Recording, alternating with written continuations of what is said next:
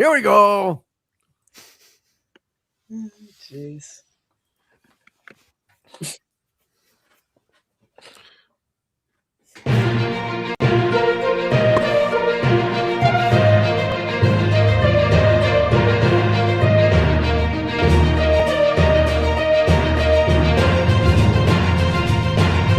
We are live on Pop Culture Breakdown. Welcome to the show, everyone. It is great to see you. I am Dictor Van Doomcock, the future ruler of Earth.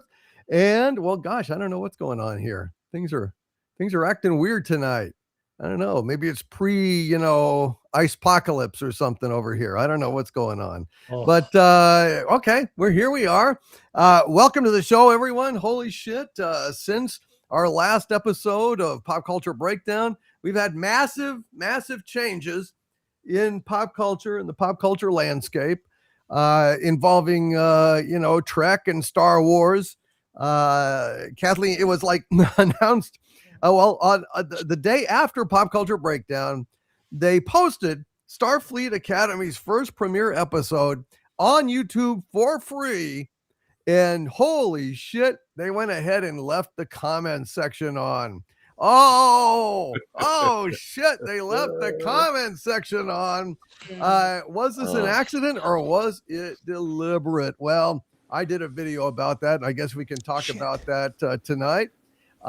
We also had confirmation just hours after that Kathleen Kennedy was stepping down, and that last week was going to be her last week, which means that Friday was her last day as president of Lucasfilm. So a lot of changes.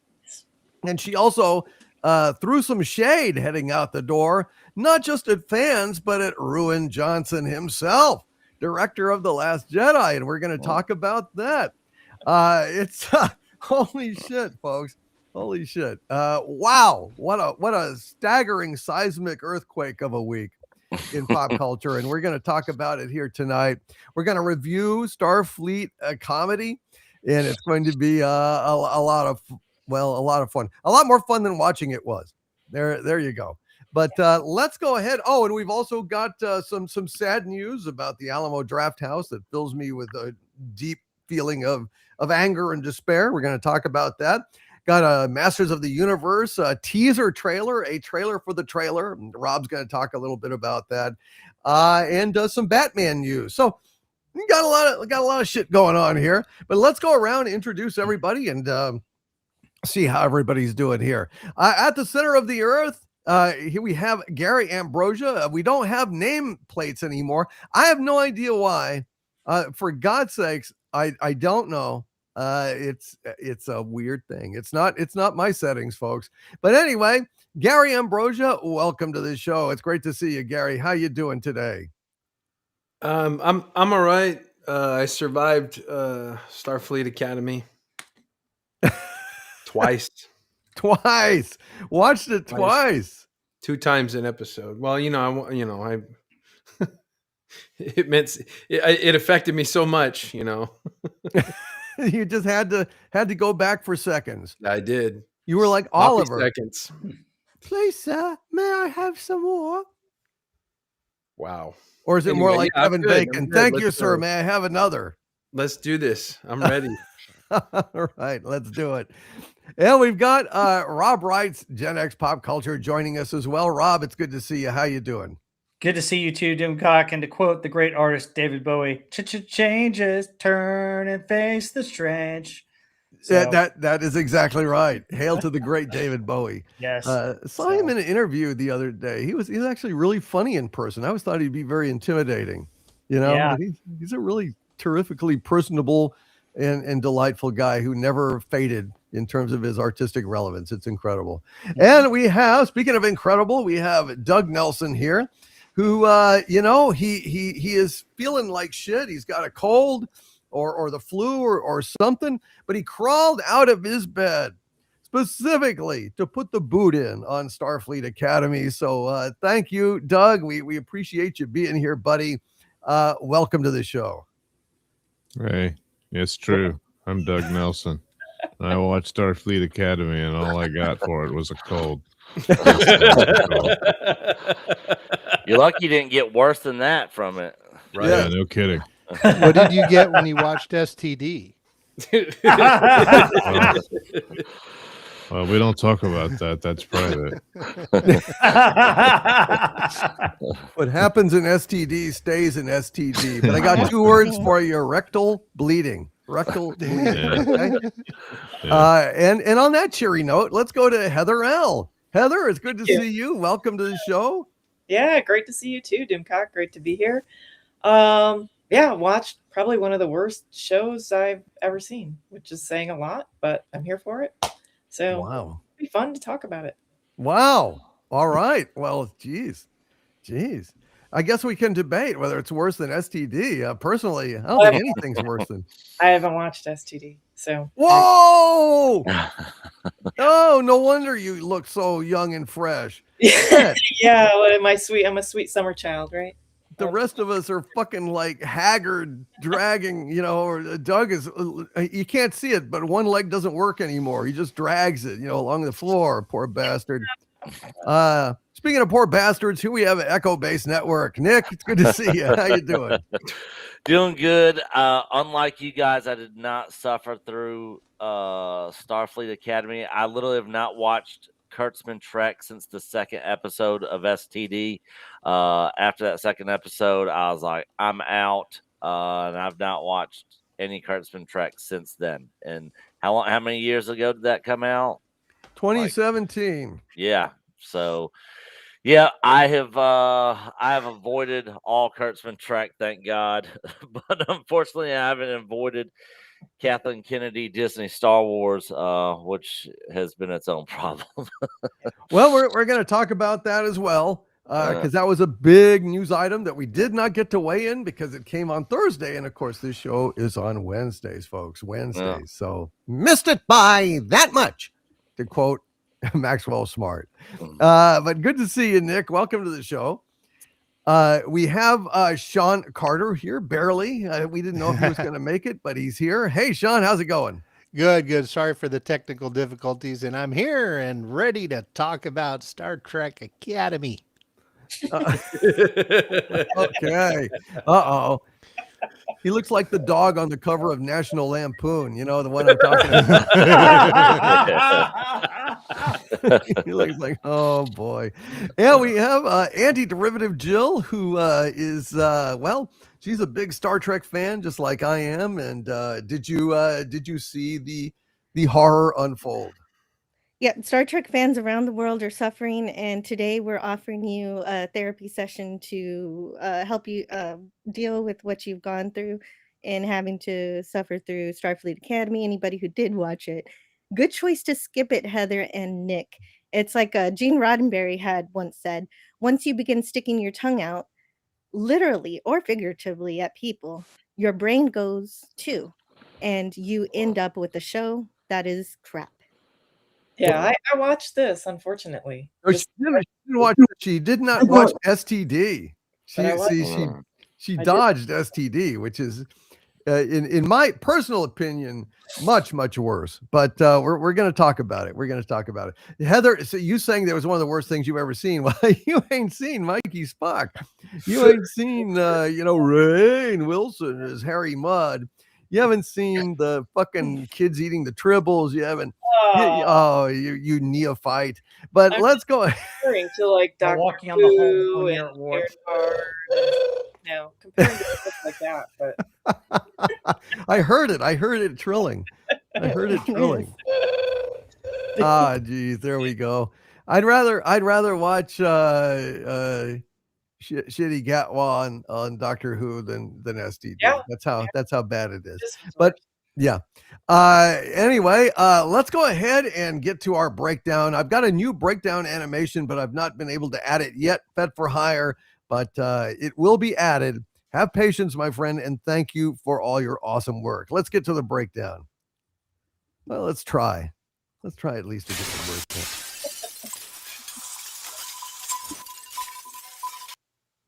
All right, folks.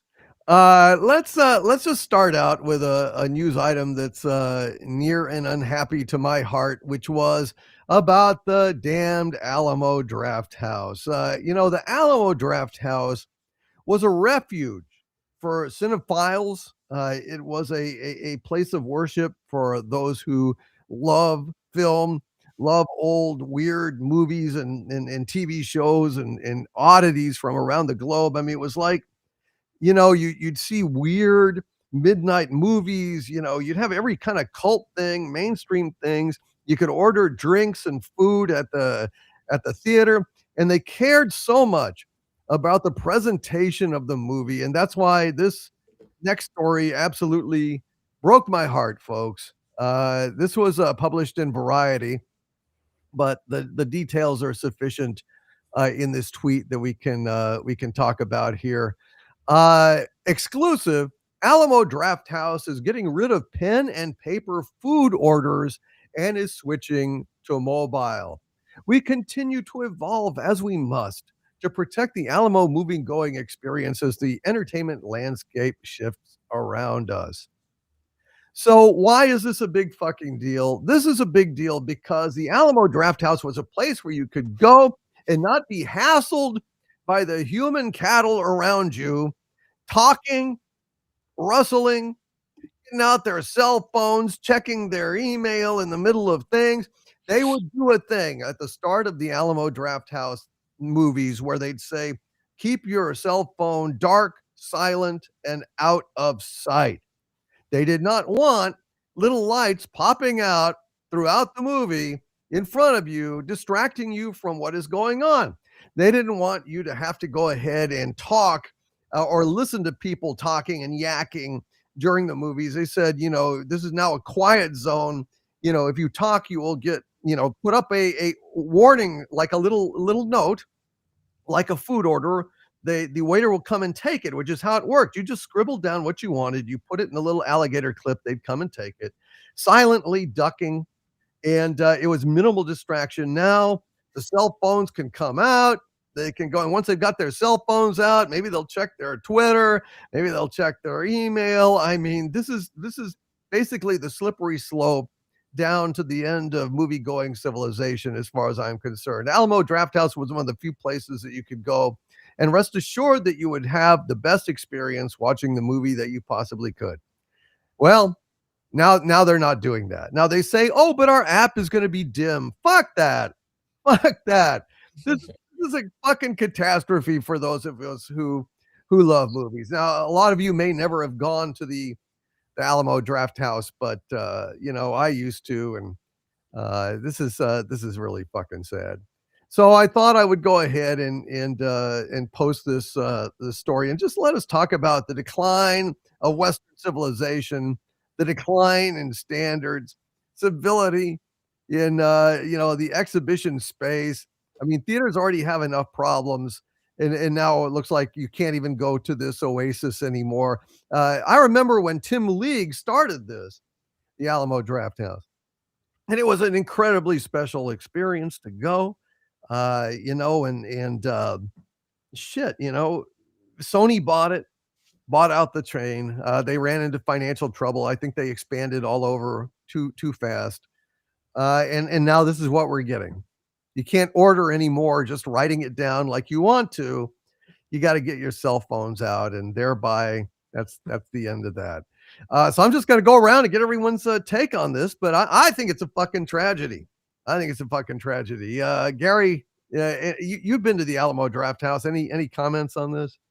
Well, my first experience with the Alamo Drafthouse was great. I mean, I had never been in anything like it before. And for those of you who haven't, it's this, very old style movie theater, and it's got great seating.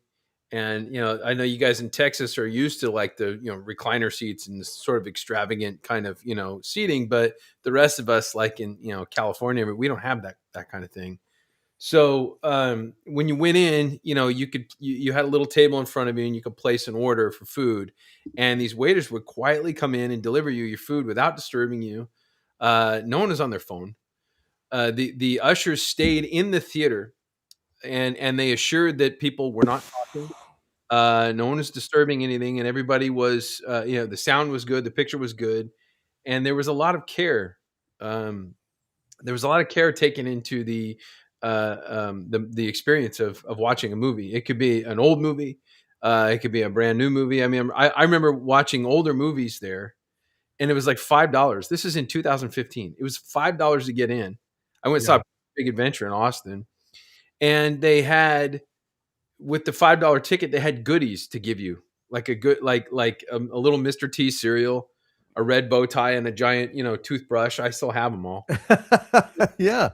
You could get in, and like there was so much care. It was so impressive. The love and appreciation that was not only given for the movie experience, but to the people who are buying tickets.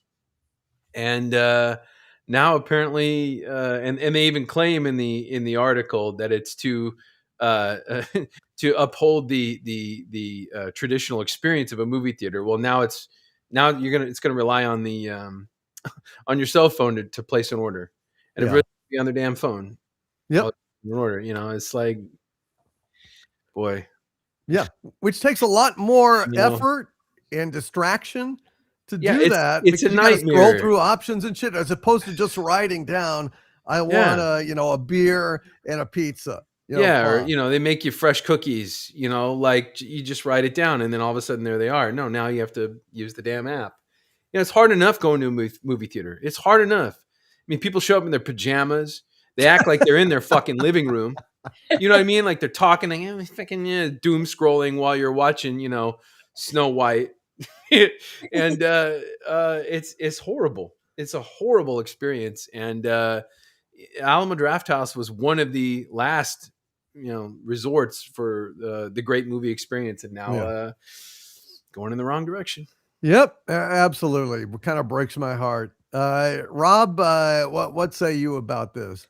It's a travesty because the other aspect of it is that some of them would have just like the little tickets where you had popcorn, nachos, cookies, whatever, and you just check mark it off, and you check mark your beer and you put it on the alligator clip, and they go get it for you, and they bring it to you in style and quietly, and you may see just a little small flashlight where they're putting their stuff down so they make you see it, but otherwise you're undisturbed while you're watching a movie, and you can have your meal and just enjoy.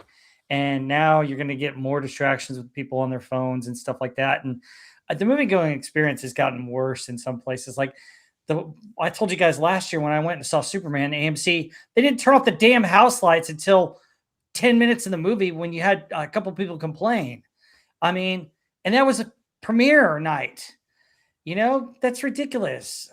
So movie theaters, they need to take note of what Alamo Drafthouse was and go back to that, because that's the experience. The experience is going to help you get people back into the theaters. My goodness, guys. But I will say this, I will give a plug.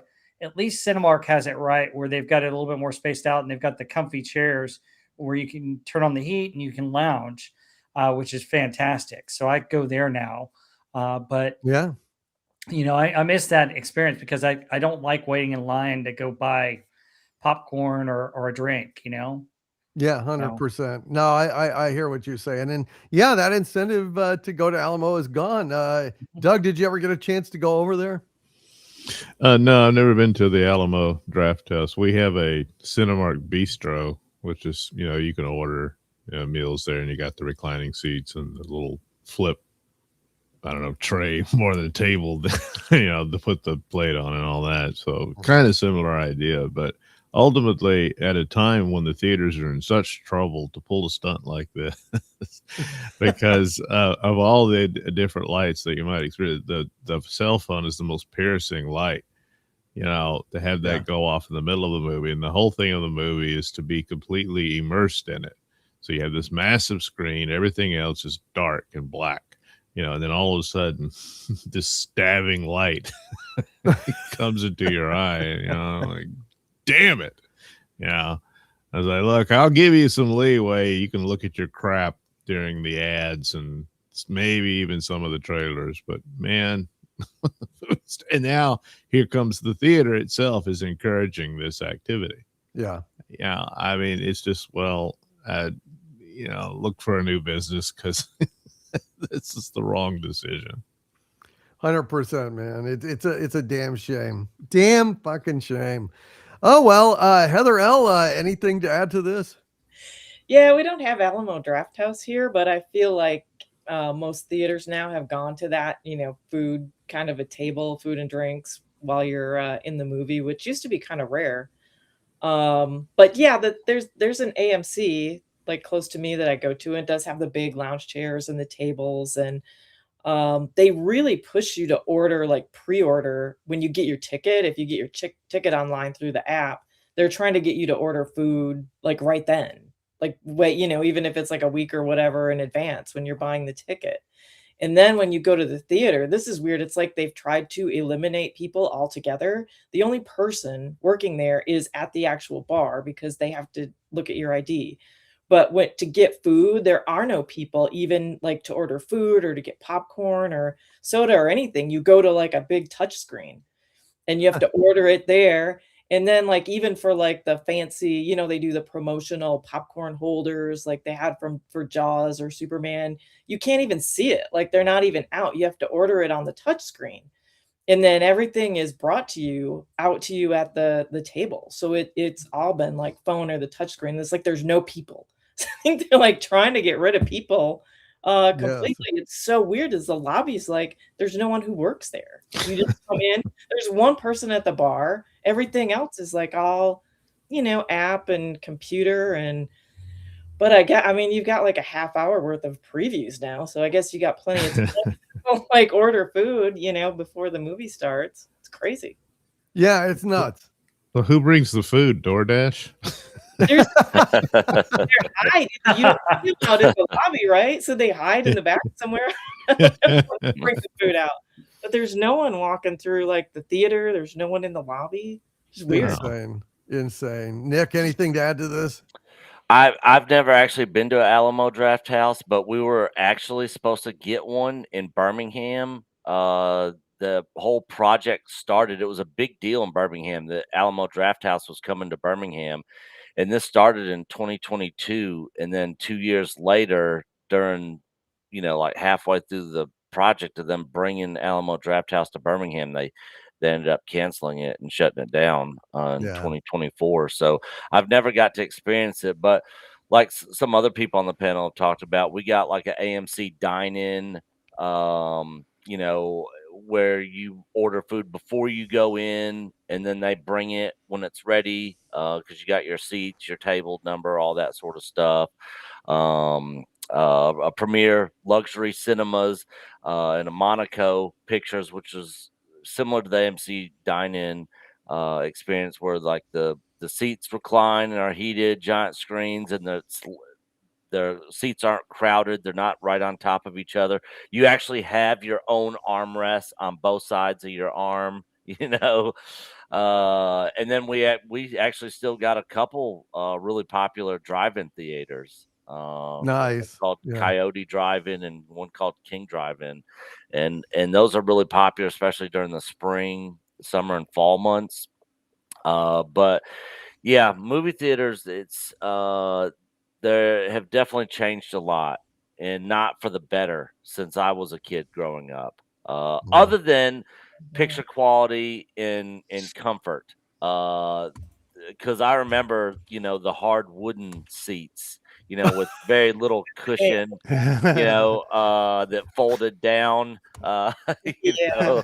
like bleacher seats, Oh my God. Wow. Oh yeah, those. But you know what? The other thing that was fun about going to the movies when I was a kid is there was a comic book store right next to the movie theater that I would go to, and we either hit that on the way in or the way out. Yeah. Wow. Yeah, we had one, and I remember one of the things that I look back on fondly of movie theaters as a kid is going in there. I don't know if you guys remember this, but they always had like the lava lamp, like bubbles crap going on the screen. It looked like a lava lamp every time we'd go, and I'd sit down, I'd see that, and I'd be like, oh, and we're at the movie theater getting ready to see a movie. But I think at some point in time, unfortunately, movies are going to go the way of the dodo. And they'll be more of like a nostalgia, sort of like how drive-in theaters are now. Very few, and it's just sort of like not a whole lot of kids today. They just want to watch on their phones or tablets or Yeah. Yeah. it's not the same. No. Well, the Alamo Mhm. used to be that vintage revival house. They would do Yeah. things like, hey, it's the summer of 1983, and they would show over the summer like all the like hits that were out, in 1983. You could see them on the big screen, shit like that, and that is that's probably the future of movies going forward. Sean, any feedback on this? I think you probably know about the Alamo. Yeah, but I don't know what you guys are complaining about. I mean, son of a. like what's so disturbing about a little light? A little cell phone on your head? Yeah, That's about what it looks like too. Pretty much. That's exactly Pretty it. much. That's what it is, No, I've been to an Alamo Drafthouse there. There's actually one in LA that I left from, and it was fine. Like, the waiter, like Rob was saying, the waiter would come. They somehow managed to stay out of your way and your neighbors, and they would quietly take your order. It didn't present a problem. But like I was saying, now you're going to see all these little sparkles all over the place. I have a feeling this is going to be stopped. Something tells me that this might be the Cracker Barrel of movie theaters, that they might see a change happen. Hopefully they do. But I'm lucky. I mean, I live in a pretty small city, and the local theater here is really good. It's family owned, but they've got good food, but it's outside. Like, you can go order a burger, fries, all that, take it into the theater if you want, or eat it outside, and it's pretty good. And it's a good theater experience. They're comfortable seats. They always have an usher, someone that comes in before the movie starts. They introduce themselves. So if you need me, I'm outside. And they physically say, please keep the cell phones off and all that. And everyone's pretty polite. So I'm lucky. I usually have a good theater experience when I go here. But I feel bad for the people this is changing for. Yeah, it really sucks. Jill, anything that you would like to add to this? Yes, I've been going to the Alamo Drafthouse for 20 years, and Gary, I still have my Mr. T cereal. I ran around trying to look for it, but you Really? always get it's a How little often box. did they play that? It was just because it was the grand opening, and I went to go see Jaws because that's the first movie they released, but they gave us that little box. I guess maybe every time they opened one, it's kind of a tradition to give that out. Wow. I wonder how so many times. Geez. That's interesting. Yeah. I didn't think that they showed that movie that often. yeah, and you always would get these little prizes whenever they had what they call movie parties. Yeah. And so then that's more than just a regular movie experience. They amp it up Right. a little bit somehow. And it was only And- $5. Well, It's like a third of the price of a regular ticket. it was a little more when I started going in 2005, but Edward Bailey in the chat said it well earlier. He said, remember the Alamo Drafthouse, especially if this actually is implemented. I'm hoping that Sean's right, that they realize they're being stupid, because getting rid of this is getting rid of what the Alamo Drafthouse it stands for, because people who talk and text are in danger of they're told they're going to get they're not going to get a refund. They're going to be escorted out of the theater, and they're not going to be able to watch their movie. And I think it's that real threat that actually makes everybody behave pretty much. But when the theater is going to encourage you to use your cell phone, then that's not going to happen. And I have also noticed the menu has started dwindling a little bit. So I've been noticing these kind of things. And what happens if I get if they get my order wrong or something's missing? Is there going to be a notes section on the app? And I really don't want to be pulling out my phone during the movie. And I actually bought tickets this weekend before I heard about this to Lord of the Rings. So I'm going there this weekend. So I don't know if this is the last time I'm going to the Drafthouse, because they still have the pen and paper until next month. Boy. Mm. Yeah, Wow. this is fucked up. Oh well, folks, there you go. Declining Terrible. standards. Civilization is ending. Let's talk about declining standards on YouTube. Apparently, somebody decided we're going to go ahead and release Starfleet Academy, the first episode of it for free on YouTube, where everybody can see the view count. And we're gonna leave the comments section on, which was absolutely mind blowing. This is either a colossal screw up where somebody really made a mistake, or someone knew exactly what they were doing and wanted this information to be seen by, you know, the executives and the public and investors, and it's a horrible fucking disgrace. You know, I mean, we're gonna let's go. We'll talk about the quality of the thing, but let's just talk about the numbers.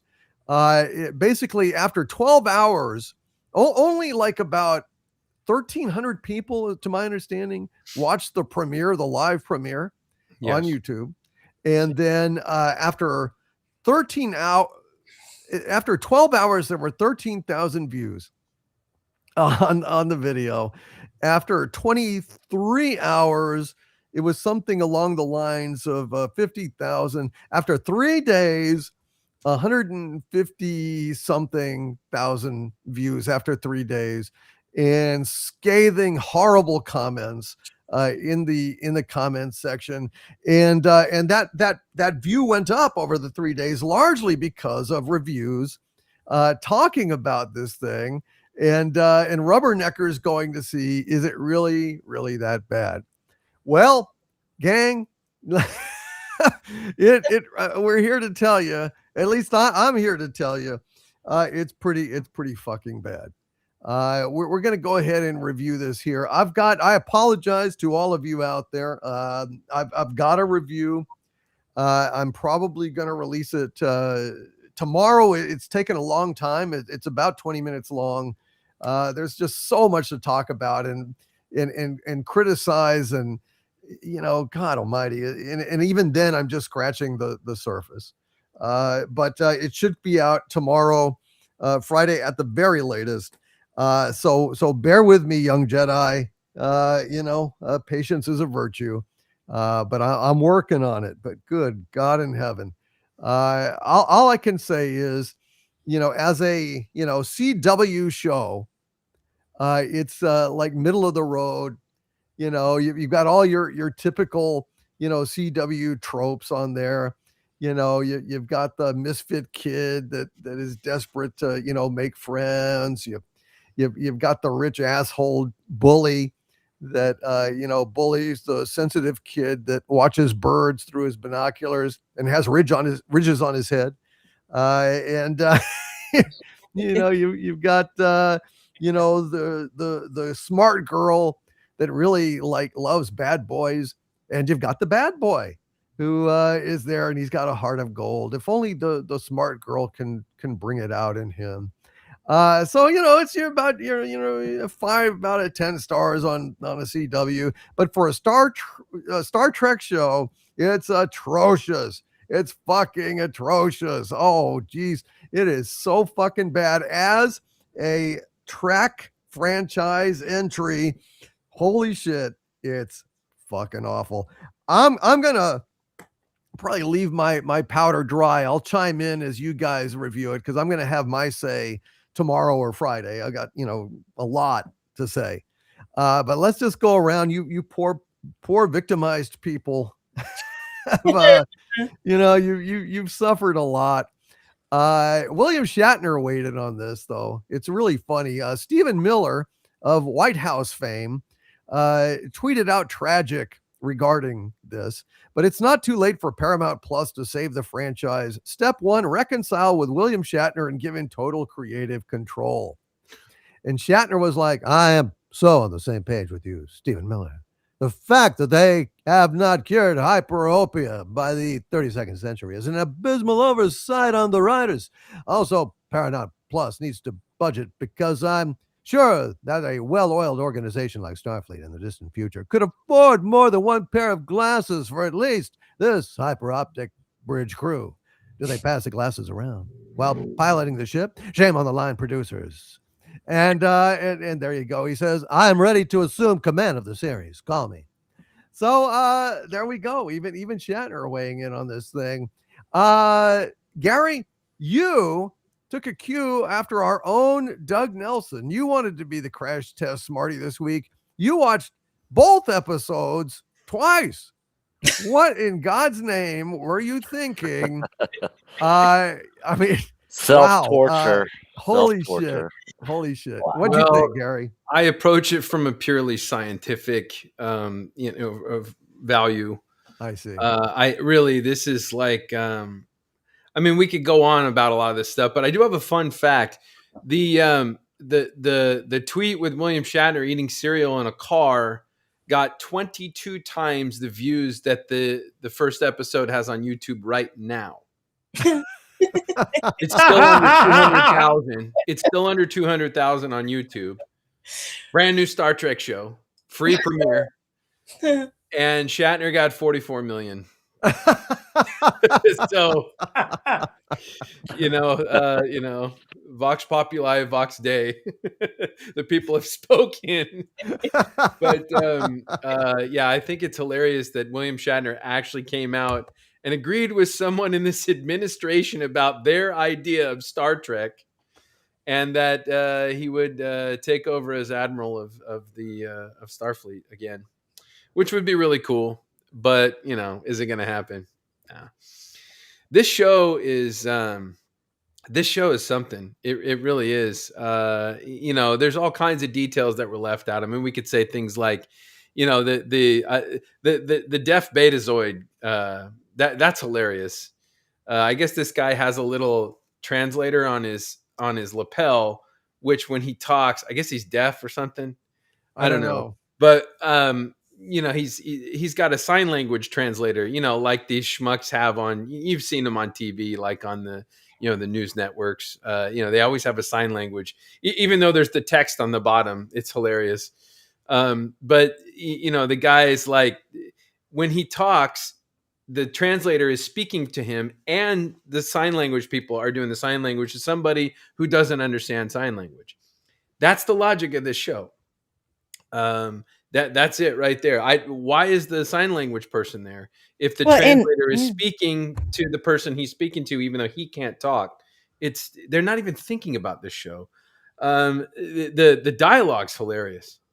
There's a young Starfleet student that goes up to Robert Picardo. Oh boy, he's back, and she says, "I think I swallowed my comm badge." Yeah. Real piece of dialogue. Real piece of dialogue from this show. Some of the instructors, which are hilarious. There's this Tig Notaro, this woman is pretending to be a little boy. She says at one point, "This dude is super sketchy." That's the kind of dialogue they have in this show. This dude is super sketchy. I watched it twice to confirm that that's what she said. The Betazoids are hilarious. There was one young, rebellious Betazoid girl that was running off with the bad boy. She and the other Betazoids are like, we've been looking all over for you. I'm like, aren't you guys fucking psychic? Like, don't you know? I mean, they're literally, I could go on and on, but I mean, there's so much self-congratulation. There's so many Star Trek Discovery references. Yeah. They constantly reference, and the Discovery's out doing this. It's like, who gives a shit? Like, who gives a shit where the pizza cutter is? Yeah, exactly. The theme song's hilarious. The fucking theme song is hilarious. If you're going to San Francisco, be sure to bring some flowers in your hair. My gosh, that's the theme song. And they show like Starfleet Academy, and there's fucking petals of leaves blowing around. It's like it's such trash. It's such garbage. And I don't know, guys. I don't want to spoil the fun for anybody else, but boy, I can't wait for the next episode. Yeah, with the pranks. It's gonna be oh my god, students playing pranks on each other. I'm the way that Holly Hunter's sitting in that chair. Oh god, poor Holly Hunter. She sounds like she's got a mouthful of marbles or something. she doesn't belong in this show. She doesn't belong in Star Trek. I don't believe her. I don't buy it. I don't buy any of this. I mean, it's like, I don't know. There's so much great quality Starfleet content that you could do in a show like this. There's the officers candidate school. The more privileged younger students that would go in a higher rank than the enlisted ones, and they're two different stories. There's a military hierarchy to Starfleet. I mean, yeah, it's peaceful and it's exploratory rather than, being military and defense, but still it has the structure of that. And there's a lot of story to tell in that, but they're really only concerned with the high school drama of Starfleet. Yeah. I mean, you've got a hologrammatic medical doctor that's offering like opera class. He's offering like electives to kids, and he's offering opera class. Yeah. Like they teach that shit in Starfleet. Okay. Yeah. How the fuck is that going to save you from traveling to a planet with no air? Like, oh, well, thank God I paid attention in opera class. Yeah. I don't know. Pointless. But I mean, in the first episode, I loved it when the Klingon gets saved from the bully who comes in and takes his binoculars away that he uses to bird watch, And that's the kind of thing that's going on in this show. They literally snip the rigid testicles off of a Klingon. Yeah, I'll give I know a it's a bird to small. watch. I know it's a small detail, but those binoculars are huge. They don't even try to make it look like a sci-fi kind of Star Trek. And talk about a small detail, Jill. Look at the Betazoid's eyes; they're not black. They're right. The pupils are supposed to be black. They're the writers different colors. Yeah, they don't even care. They don't know they're telepathic, Gary. They don't know they're telepathic. They think they're all like Deanna Troy. We've been looking all over for you. Did you fucking read her mind? That's what you people do. It's like a superpower, the writers think that the Betazoids are empaths rather than telepaths. Oh my God! But they sense pain. I says pain, Captain. They'd be able to find her. They're not looking all over for her. I mean, I'm sorry. Everybody's got a comm badge. Everybody's got a tracking device somewhere. Even if they're not Betazoids, I don't care. They're going to find her. We've been looking all over for you. What are you fucking kidding? Yeah, I mean, unless they all ate their fucking comm badge, which is common apparently, because he said, because you didn't mention, like when she says, I think I swallowed my comm badge, and the doctor says, another one. Again, right? He has a prepared remedy for that. Yes, right. Yeah. And I love the hologrammatic student. Yeah, jeez. Yeah. Oh my gosh. How many boxes can we check with one character? And why does a hologram need to go to Starfleet Academy? You can just inject her with all of the knowledge. Yeah. Why isn't she just updated? Yes. Why? Yeah. I don't know, Rob. What'd you think? Okay. All right. So, I had a lot of problems with this. So first off, let's start with the big problem with the mom gets arrested and she's trying to get food, but hey, it's 800 years past the original series. We had food replicators in the 23rd centuries, but we don't have them now. Huh? Let's start with that plot point. Let's start with the plot point where I think a 5 or 6 year old is able to survive in the desert on a desolate planet by himself. How does that happen? Well, and he's able to get away from, the security of the base. Yeah. Lower the force just vanish. He got away. Yeah. I mean, it lost me right in the first few minutes. I mean, your plot is dumb. And then she feels so bad separating the mom from the child. And that's common if there's something like that. Become wards of the state. It's tough. They broke the law. But I mean, take Star Trek, which would have good stories and have maybe a little bit of social commentary as part of the story. And they've made it to where the social commentary is the most important thing. The story is secondary. That's what this whole Star Trek thing that they're trying to do is. And it's complete garbage. These characters, they go out of their way to make them represent something, and they don't bring the story together to where you get any sense of who they are. You just get a sense of what they are. And you're sitting there going, well, why am I watching this crap? And Doomcock, you know, it's like they put it on YouTube because you can't smell the crap. That's why they put it on there with the comments. And then by the way, Holly Hunter, man, she's come a long way from Raising Arizona. I mean, golly, a captain lounging on the bridge. That's why you have ready rooms. That's why she has quarters. It was ridiculous. It was dumb. It's absolutely ridiculous. There's a line of dialogue also between classes. You know, there's a moment where, like, you know, the bell chimes and it's like, you now have 10 minutes to get your next caffeine fix, students. It's like, that's supposed to be quirky and funny, like some fucking bullshit. You It's know, like they're trying to take Glee on all these other shows that appeal to kids and set it in Star Trek. And that's not Star Trek. Just make Star Trek.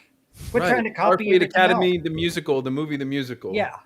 Yeah, the Stephen Colbert overcom says Hanger is the worst enemy. And so they're still saying Hanger. Yeah. It's Hanger is the worst enemy. There's so much that's really bad about this. You know, Picardo, like they're trying to explain that he looks older because he programmed himself to look older to put people at ease or some shit. Like, I don't even know what the fuck that is. It's Doug. What say you about this? You crawled out of bed to put your boot in on this. Well, weigh in here. The floor is yours, Doug. Yeah. Well, yes, my little drawing. See. Yeah. You can get her unbrushed hair. Very good. Yeah. Looks very comfy. Oh yeah. She's just lounging around. I think I'll read a book. Yeah, it's great. Well, you know, all the aspects of getting this wrong or that wrong with Star Trek lore, I just just don't forget about that. They've long since abandoned that. You've got no hope. So what's the show gonna be? You know, like, and everybody says it's, you know, 90210 in space or whatever. Yeah, that's what you can expect from the premise. And then the core of the story is this relationship between the captain and this boy. And you got to understand the impact that this has had on her. This kid that she spent all of 15 seconds with, who then immediately outfoxes her, which tells you about her abilities, you know. And then, 15 years later, they reunite, and she's saying, oh, man, I've got to help him. It's my fault, because the whole premise of it, like Rob said, was, you know, to get the message across. They can have that line that separating children from their families is unconscionable, you know. I mean, come on, all his mother was an accessory to murder. I mean, haven't you ever made a mistake? So, you know, keep them together and whatnot. So 15 years later, you know, and he's been a criminal and all this sort of stuff, but he's trying to get his mommy back, you understand? And so Captain Holly's like, oh boy, I feel guilty about this. I got to do something. And, you know, which is why she left Starfleet to do her real job she was meant for, to be the caretaker of a nursery. And so it's the same job she has over at Starfleet. So, you know, I don't know why she ever left, you know. So, and then she tells him, you know, the pivotal emotional scene at the end is that she once had a son herself, and she got him into Starfleet Academy, but oh no, there was an accident and he died. Oh no, it's terrible. So what does she do for this new surrogate son? She gets him into Starfleet Academy. And so, you know, what's the worst that could happen? But it's okay, because, you know, the cool thing about Starfleet Academy now is that the school bus and the school are all one and the same, because that's what the ship is. Your first day of school, you get on the bus and there you are, you know. Plus, your first day in school at Starfleet is to immediately go into deep space, and whatever hazards happen, whatever. And then finally you get to the actual address in San Francisco.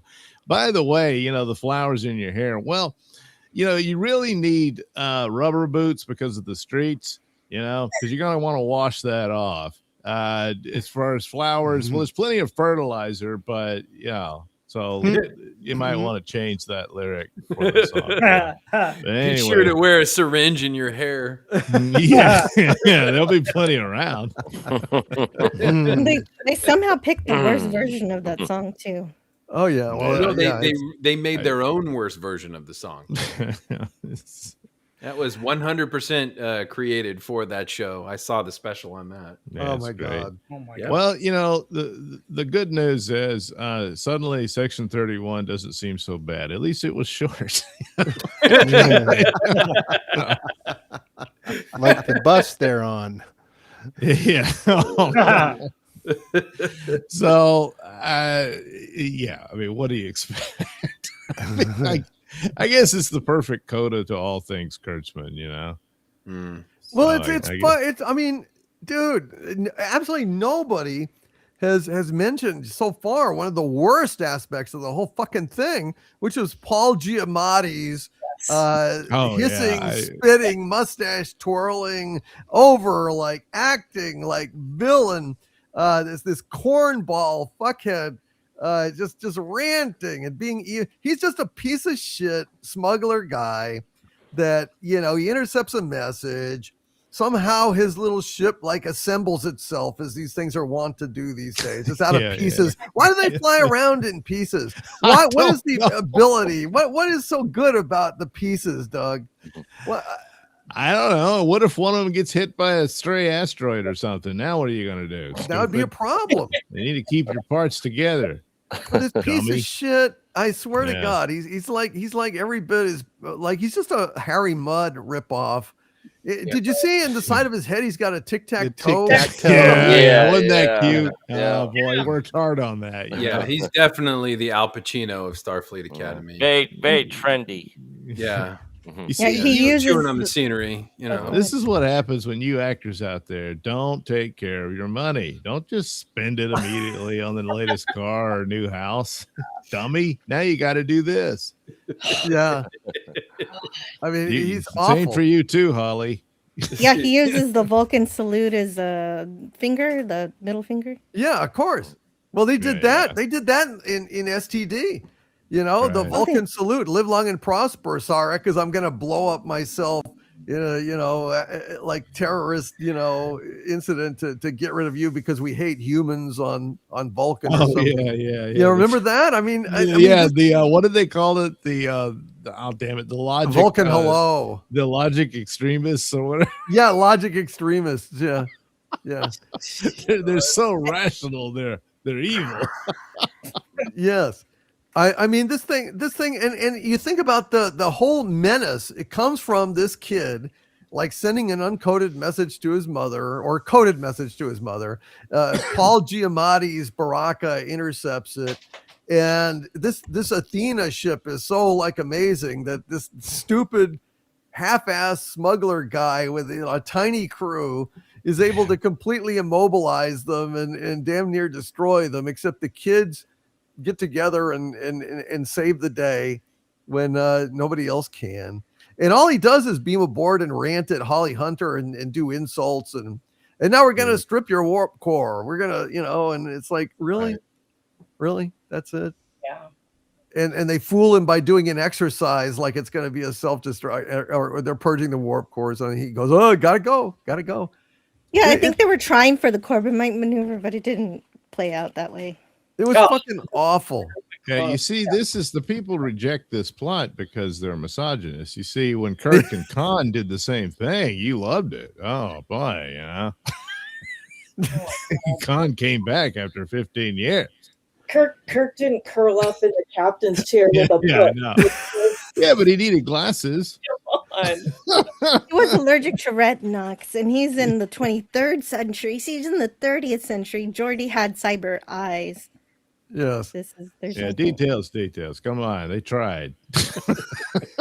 Yeah. I mean, this is absolutely painful. Yeah. Absolutely painful. Tell me, Doug. What else did you have anything else to say about this? Because it's it is not good. No, it's not. No, like I always say, abandon all hope, ye who enter Kurtzman track. There is no possibility of anything good. My best advice: watch Fallout. Get ready for One Piece. I wish there was new Trek, but there isn't. I mean, it's too bad, but that's the way it is. And look, everyone's having fun laughing at it and mocking it, and I mean, to be that isolated and that, we always call it people stuck in their bubble and everything, but good Lord. And he's just, are you guys really surprised at this late date, this late hour, that you don't know what you're doing? And then they're saying it was what, $10 million an episode? Oh my God. Where did it go? I don't know, because I like the bridge. That's Discovery's bridge. But they don't have lines. I heard stories they built. I mean, I guess some of the Academy scenes where they're walking downstairs and stuff, I guess they spent a lot of money building that. The rest of it is just they flip around the Discovery or Strange New World set, and it's the same ship. You can save money on that, but I don't know. There needs to be an investigation here. Where is this money going? Craft That's what the whole thing is. This money laundering. Yeah. They're running a quality leering center out of Starfleet Academy. yeah. Oh man. Gotta find out where that money went, Doug. Yeah. But yeah, I guess like leaving the comments on, that's another little thing that is my hope, that we've got to kill this thing as fast as possible. Maybe so. I don't know. Heather L., what did you think? Yeah, this show has zero merits as a Star Trek show or as a science fiction show. And I don't agree that it's even like a mediocre like teen drama. Teen dramas did not have an agenda that they were pushing, like with all these lines about the kids being, it's horrible to separate the kids from their parents. That was a clear agenda there. So lots of other agenda stuff. And those were better written. Teen dramas on CW are better written. Soap operas are better written. This show, it's like the writer said, let's take every stupid, cringe, cliched, stereotype writing trope that anyone's ever thought of, and let's make it worse and then put it in the show. It's just horrible. Yeah, the opening premise is a joke, right?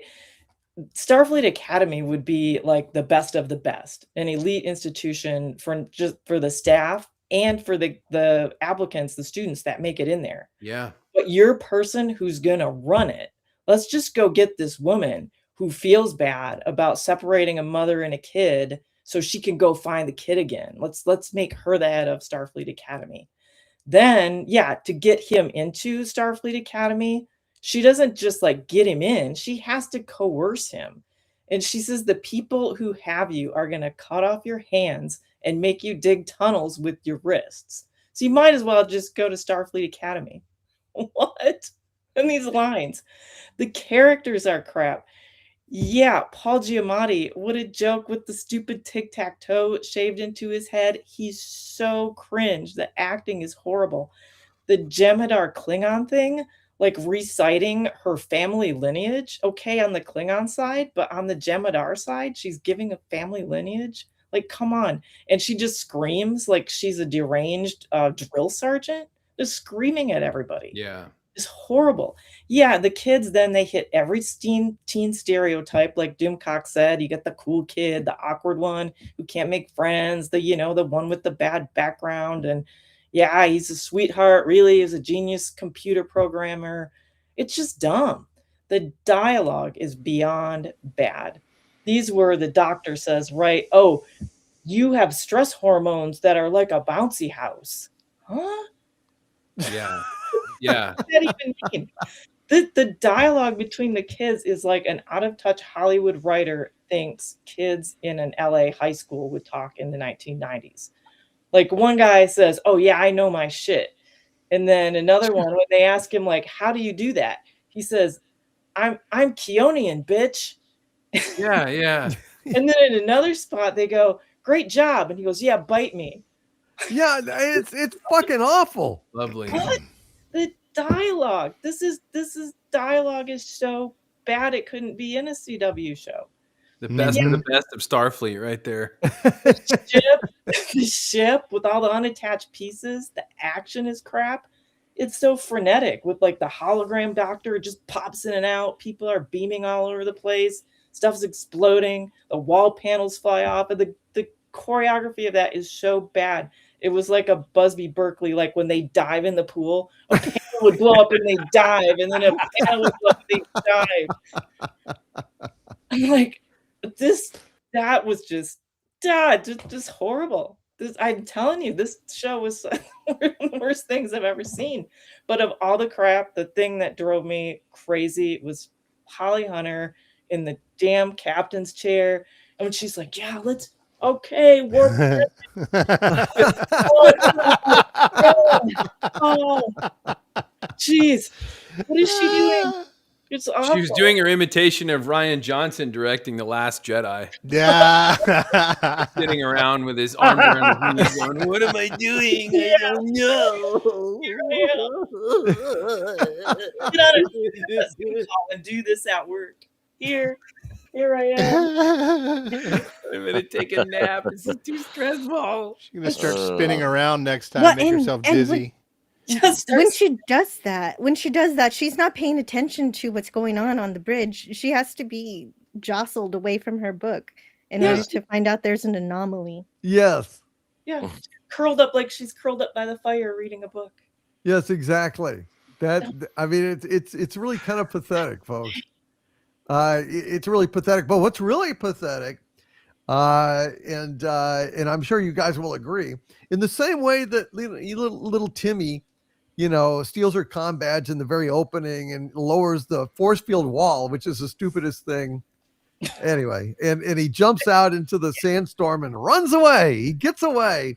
So they don't have sensors. They don't have, patrol craft. They don't have transporter to just, hey, he's over there. Let's just go ahead and beam his ass back here onto the base.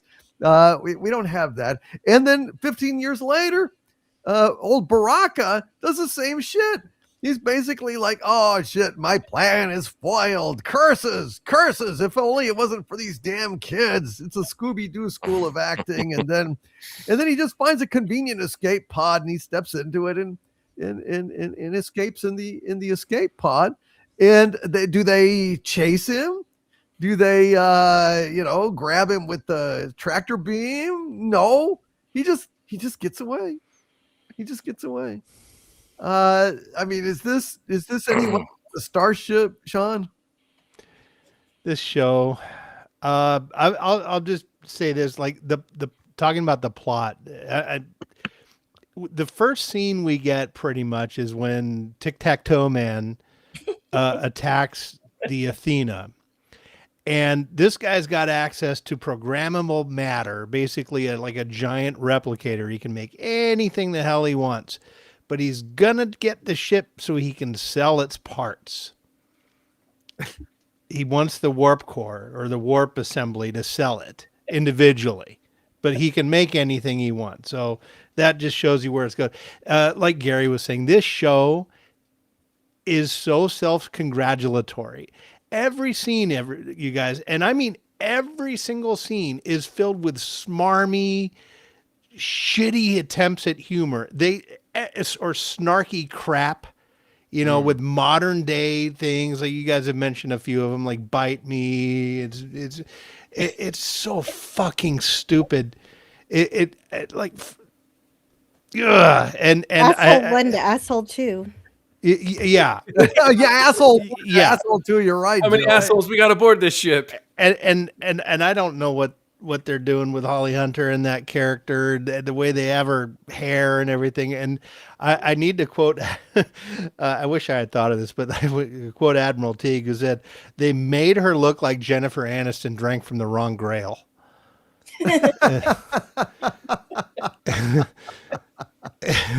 I lost my shit when I heard that, but it's so true.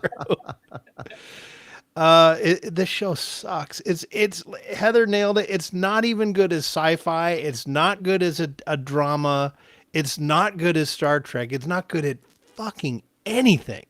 It's so stupid. And these people that are trying to say that it's Star Trek, but then the characters and the show writers like, we want to make a different Klingon, we want to make a different starship, we want to make a different Starfleet, we want to make a different this and that, and you're just making it different. So it's not Trek by their own admission. It's not. So Right. I could go on, but I'd start dropping a lot more F-bombs. I fucking hate this. And here's the thing. It's not even that woke. Like, I was afraid it was going to be woke scaled off the charts. It's really not. Yeah. Yet. Yeah. But it's so fucking dumb. Yeah. Yeah. Yeah. Well, hey, listen, what about in the show where, the smart girl catches the bad boy sending the message to his mommy about meet me at our moon, mommy. And she says, they wouldn't appreciate you hacking into that command console. He says, you're going to turn me in? And she says, I won't if you'll teach me how to kill someone with a toothbrush. Yeah. You've been in prison, right? He goes, right. She says, so you're going to teach me how to shank someone with a toothbrush? Because that's a thing in the, 30th century or whatever, right? I mean, it's like 90210 meets Oz, HBO's Oz. We're going to have, that was painful. Yeah. Wasn't it convenient also how main character's mom and bad character all escaped prison around the same time? Yes. All of them got magically escaped. Yeah. I think it's because the mom is a pirate. There's lots of hints in there because the code gets to the Paul Giamatti character. But do I even care if she's a pirate? Well, no, that's a good point. Jill, go ahead. What did you think of this? What did I think of it? Oh, okay. So there are so many things I can't even, but I want to address Heather directly. They treat sending Caleb to Starfleet Academy like a rehabilitation center, or even Doomcock was just saying prison. Yeah. When only the best and the brightest can get into Starfleet. Wesley Crusher, who was a little boy genius, failed his first test getting in, and he couldn't hack it until the second time he tried. And then now anyone can get in if you can breathe and swallow a comm badge, apparently. I don't know if that's a commentary on Tide Pods, but in any case, if you're eating Tide Pods, you can't go to Starfleet. And people get let in who don't want to be there. Yeah. Forced Yeah. in. He's forced in. He does not want to be there, but he got in for free. No Mhm. problem. Yeah, apparently they lampshaded in the next episode and say that he got a 98 on the test, and we don't do Starfleet. We don't do the Starfleet applications the way we used to anymore. So get over it. And so then to Doomcock, you're talking about how all these ships are detached. Everything from Matt Jeffries is completely gone in any of these new Trek ships. They're all completely disgusting. And this comes from Star Trek Discovery. This thing is littered with Star Trek Discovery, the programmable matter, the burn, where the toddler screamed and all the dilithium was destroyed. That's a big, heavy part of this show. Yeah. and then all of that stuff is just deep threaded into this. And to Sean, they say they want to make different Klingons, but actually they already had a Klingon scientist on the Star Trek The Next Generation episode. And of course they have scientists, or else who would make the ships and all the other things? They had one in Enterprise too, the doctor. Mm-hmm. Yeah, so New Trek always acts like they're doing something new and different that no one's ever done before. It's not true. But they've never had a bird watcher, Jill. A Klingon bird watcher who gets his binoculars taken away from him by the mean bully. I wonder if he looks at birds of prey. No. Well, and bigger than. Yeah, probably. Where's the giant bamboo cane when I need one? Go ahead, Jill. Okay, so there's just so much here. There's one specific thing the flag was wrong. These are small details. I can get mad if I hate that stupid broken Delta flag, but also they changed the Latin. They say now ad astra, and I forget the new one, but the new one means struggle the stars. The real Academy motto is ex asterisk scientia, which means from the stars knowledge. But now it's from through struggle. So now it's about the struggle rather than knowledge and Right. seeking new life, new civilizations, all the things. They play empty platitudes to what Star Trek's supposed to be, and then completely regress everything. Right. And I have a ton of notes about all of this. It's just so bad. Yeah. And That tells you right there. It's not about the knowledge, it's about the struggle. Did you guys see when the chancellor Yakin or whatever her name is, she goes, okay, it's your first day of class, now be on time because you want to be polite to the other students. It's like, how about be on time because someone's fucking life might depend on it? Thank you. And you better have your ass where you're supposed to be when you're supposed to be. Right. Yeah. Exactly. They're putting these kids in space. This is a matter of life and death. Yeah, please try to be on time. Yeah. Please. And instead of worrying about all that, the doctor has them carrying around jars of goo. Now, normally, this is a play on that old thing where the high school girls would go to the class and they would have these fake babies or these eggs, and they would try to raise them like they were children. But there's nothing to do with this goo. It's just in the jar. So I guess don't spill it, and that's it. It's and then the rest of the episode, the doctor is just singing, as you guys were talking about. Yeah. It says Abby Normal on it. Yeah, Abby Normal, exactly. Exactly. Yeah, Abby and the someone. dialogue is so bad. Of course, every new Trek wants to make Starfleet evil. So Starfleet is evil. They keep replicators from people, so the parents starve and they have to become pirates in order to survive. Yeah, they split kids up. They haven't invented the light bulb. Not bright ones. The bright technology for bulbs has been lost in time. But don't worry. Sam just has to. The hologram girl just has to touch the wall, and everything lights up. Yeah, well, she's like Mary Tyler Moore. She can light the world up with her smile. It's just like that. But it was a lot funnier when Marrier did it.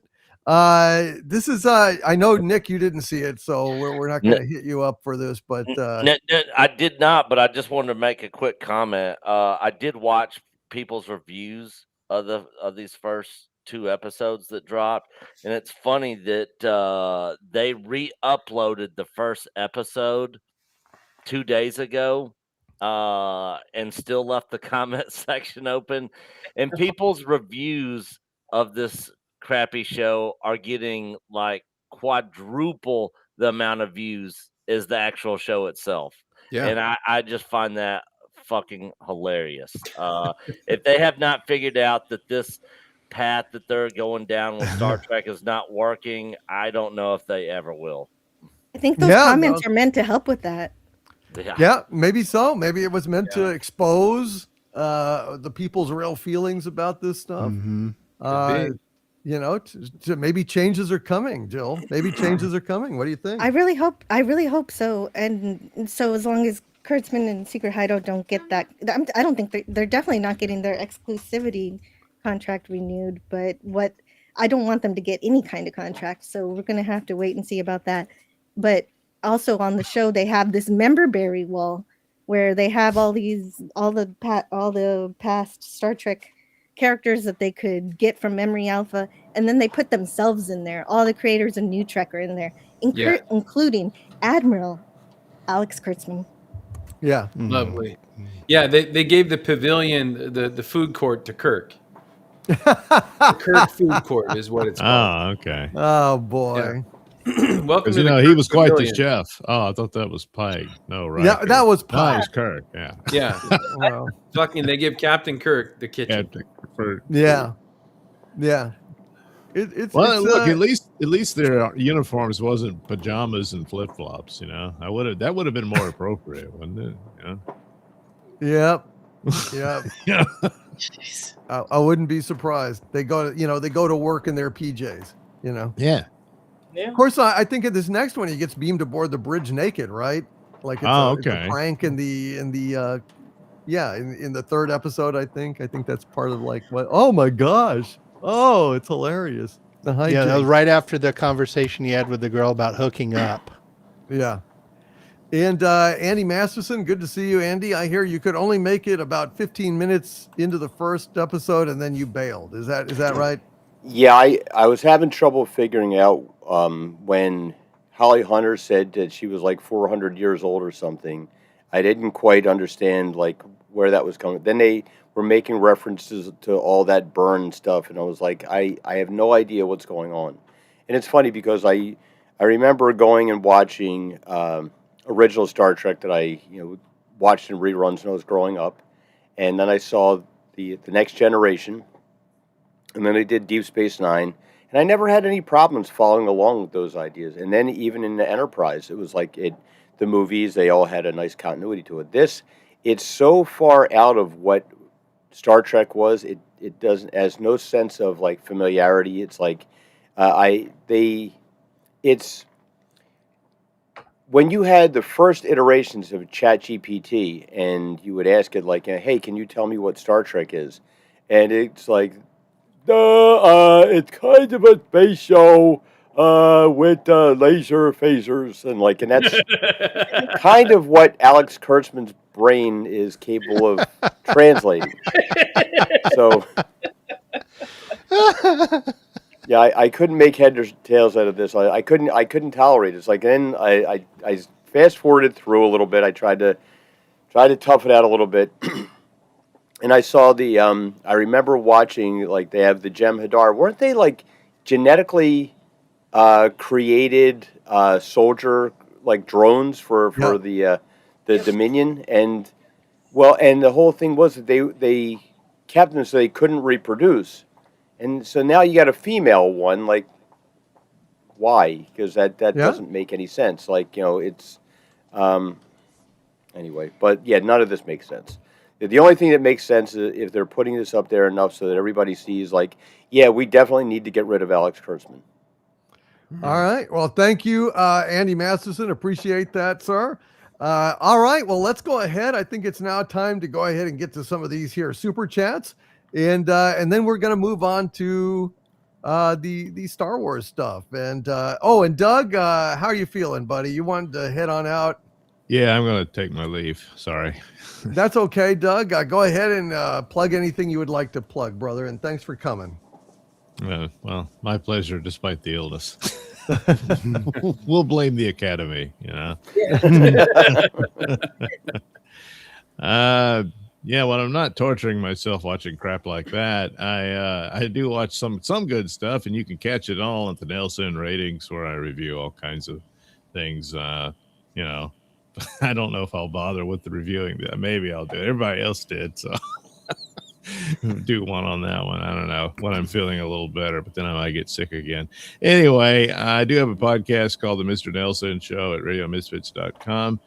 Fortunately, I taped a good bit of it before I got sick, so there will still be a new episode this Saturday.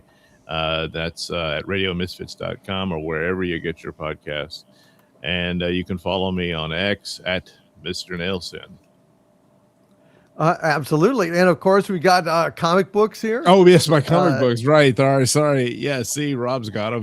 Thanks, Rob. You head over to indieplanet.com, search Night Night, and you will have your Night Night comic books and be as happy as Rob is, because it's just so good. Who can ask for more than that? Thank you very much, Doug. God bless you, brother. And thanks for popping in. Feel better. Okay. All right. Thank you. Have a good night, everybody. See you, Doug. See you later, buddy. Feel better. All right, let's go ahead and get to some of these here super chat thingies, shall we? Yeah, I think we should. And we're going to get into the whole number of things in Star Wars to talk about here. Kind of interesting.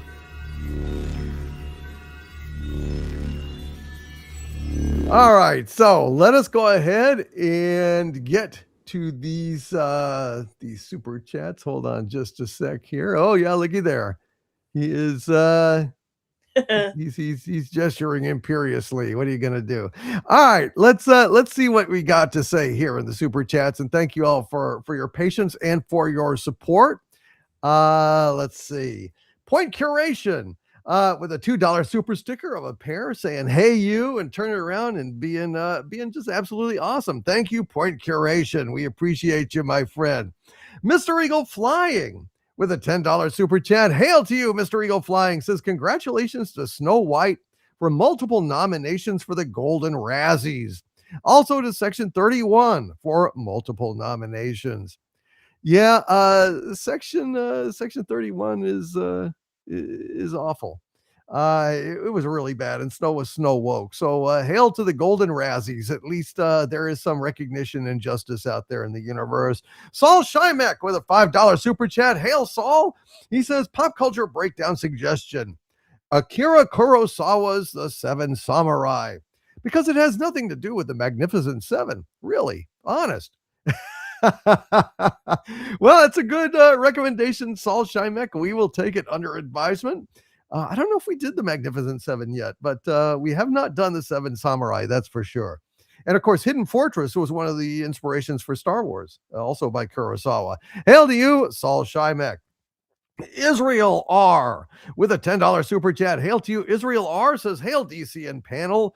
The Mary Suck article is such shit, trashing real Trekkies for having opinions. The new Masters of the Universe trailer is going to hit tomorrow. I'm cautious about it. Real Genius is epic. God bless. Yeah, we're going to mention briefly the Masters of the Universe teaser trailer, which is just a 30-second teaser for the trailer that's going to hit tomorrow. We're going to talk about that in the next round here. We won't go into a whole lot because, hey, it was only 30 seconds, but still, it's an interesting situation. Hail to you, Israel R, and thank you for the support, brother. Descend into Madness has been a channel member 29 months at the Dumentite level. Hail to you, Descend into Madness says, it's too late to save the franchise, but maybe they will stop diddling the corpse. Exactly. You know, just stop humping on the corpse. Just leave it alone, for God's sakes, at this point. Isn't that right?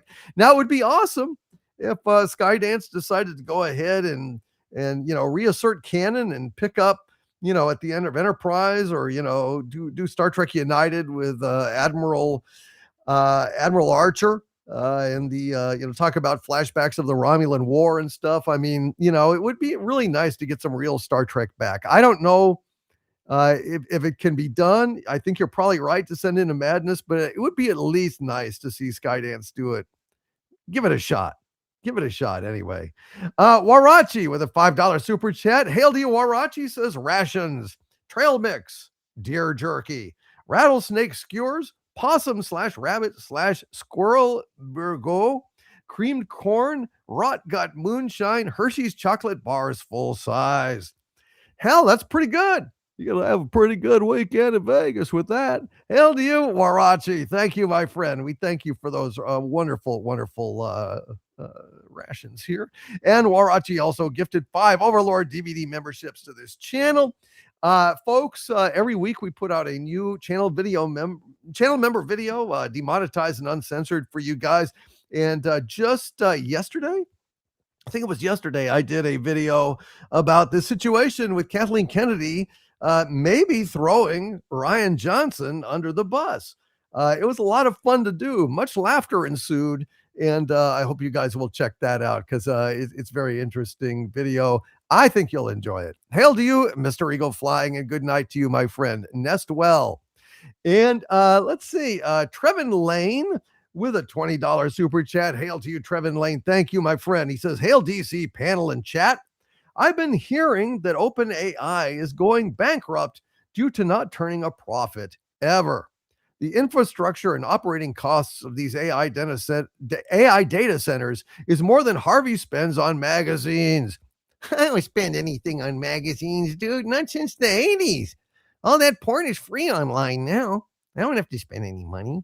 You're behind the times, Trevin Lane, although the sentiment is appreciated. Yes, well, you wonder about this AI stuff, I mean, when will it turn a profit? What can it do? I don't know. All it's doing is upsetting the apple cart and changing the world. I don't know, for the better. For sometimes it's a better, for some it's worse. I guess it's how you use the technology, but it is interesting. Hail to you, Trevin Lane, and thank you for that update on that. Infrastructure and operating costs of these AI data centers more than Harvey spends on magazines. Plenty wampum, savvy. And Israel R gifted 5 Overlord DVD memberships to this channel as well. Thank you, Israel R. God bless you, my friend. Hail to you. We appreciate all of our channel members and the free gifted channel memberships as well. Jack White, who is an executive producer tonight on this Pop Culture Breakdown. Hail to you, Jack White.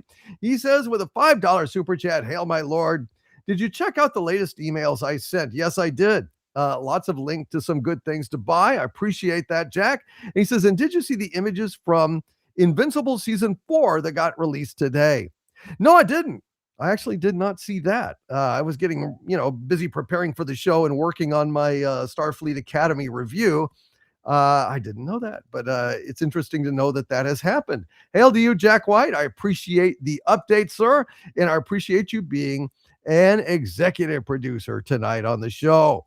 Descend into Madness with a $10 super chat. Hail, Descend into Madness is being here Friday night for the Sabu Variety Show, featuring the talent of Frankie Doomcock, the waxing poetic of the Skull of Calderon, and Harvey just being pathetic. Screw you, mofo. All here Friday, same bat time, same bat channel. Thank you. Descend into Madness. And Sabu is very pleased to have been mentioned. Thank you, Descend into Madness. Jack White, anime and manga master. He is an expert, folks, with a $50 super chat. Hail to you, Jack White. He says some upcoming games to look forward to. Neo Berlin 2087, Mega Man Star Force Legacy Collection. I love collections like that. Code Vein 2, Dragon Quest 7 reimagined. Oh, very good. Very good. I want to get that for sure. Fallout 3 remastered. Seriously? When is that coming out, dude? That's something I've wanted. Hail to you, Fallout 3 remastered. Fallout New Vegas remastered, even better. Metal Gear Solid 1 remake, Devil May Cry 1 remake, and Fatal Frame 2 remake. Dude, that's absolutely outstanding. Absolutely outstanding. Hail to you, Jack White, and thank you for that. I've never played a Fallout game. I'm really looking forward to doing it now that I've, watched the show.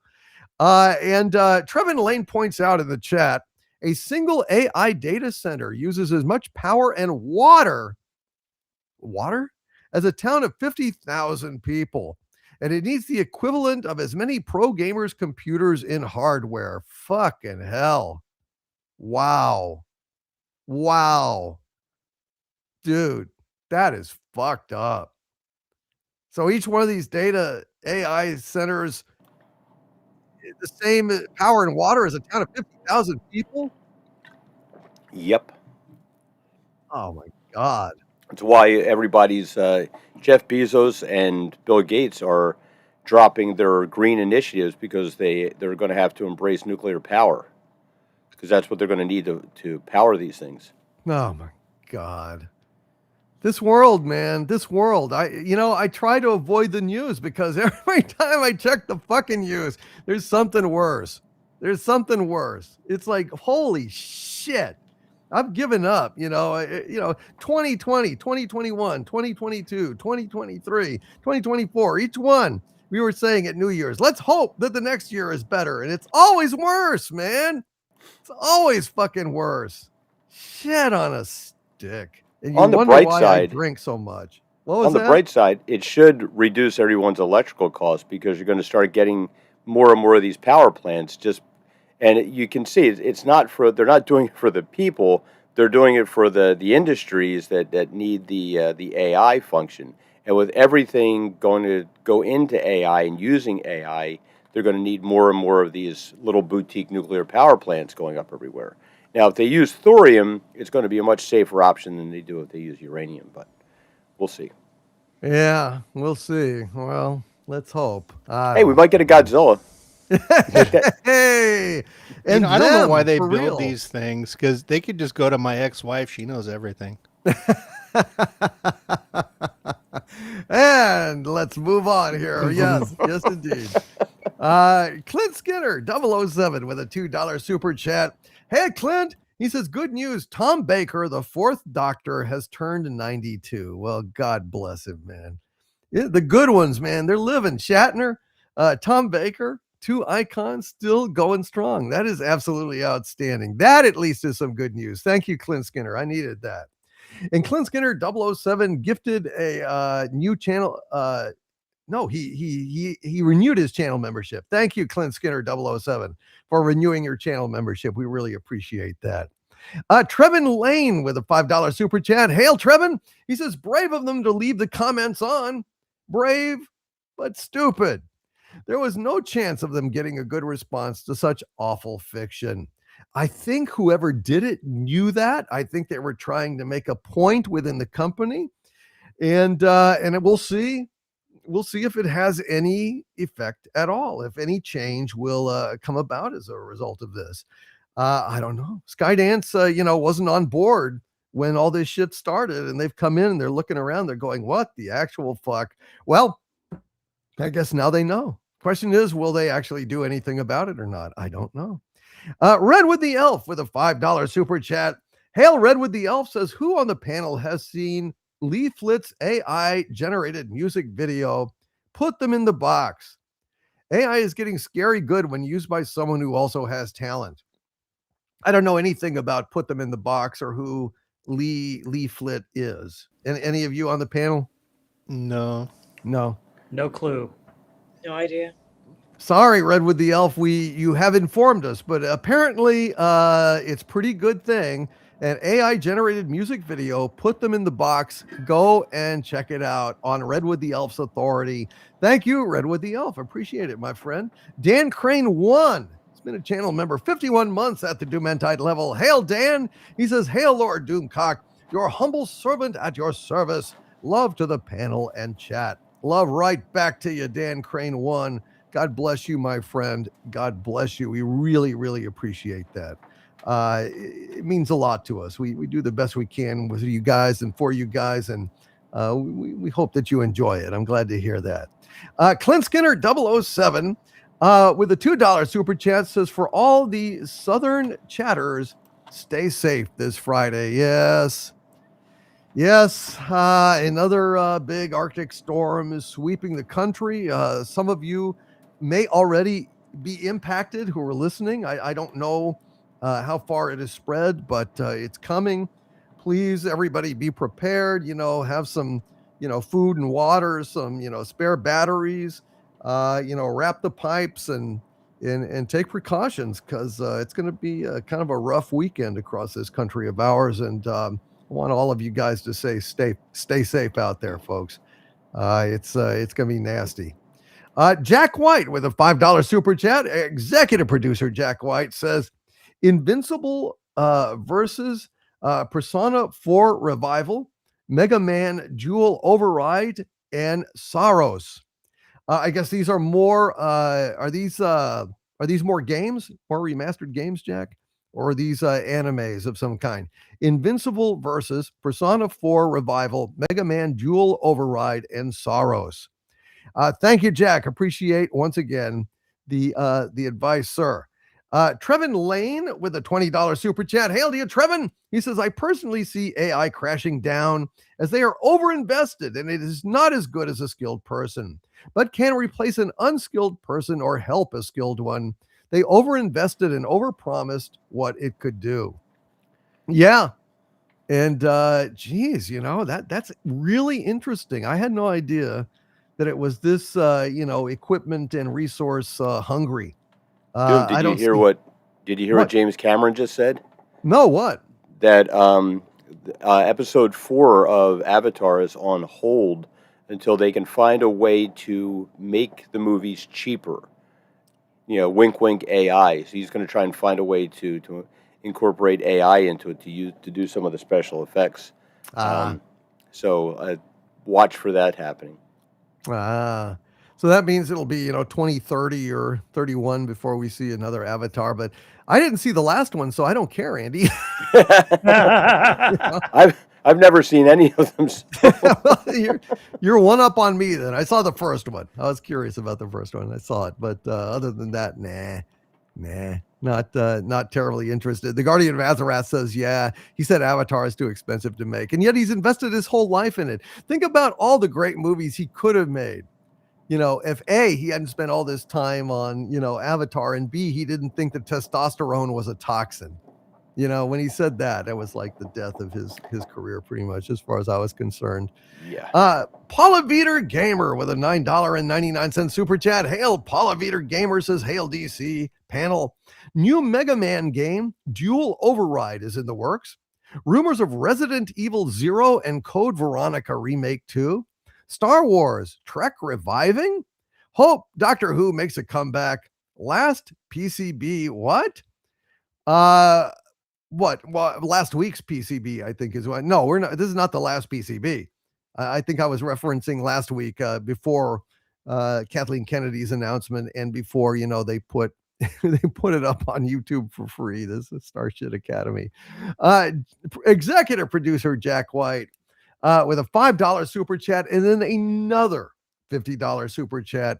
Hail to you, Jack White. Anime, manga, executive producer. He says, has anyone seen that propagandistic game the UK government put out for school kids? Sargon did a live stream playing through it on his original channel.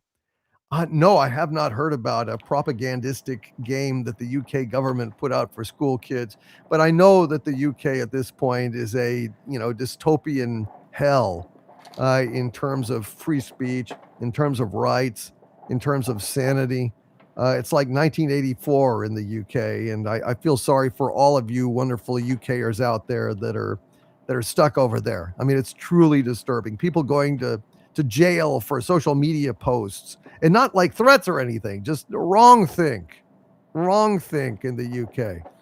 It's absolutely insane. It's terrifying over there. I'm so sorry for any of you guys that are stuck over there, like the Guardian of Azarath, Nicholas Horton, Justice for Rebecca, Andy Morrow, Gorbash, so many of you great folks over there in the UK. God bless you. Stay safe. Try to stay sane. It's terrible. And Jack White also adds with a $50 super chat.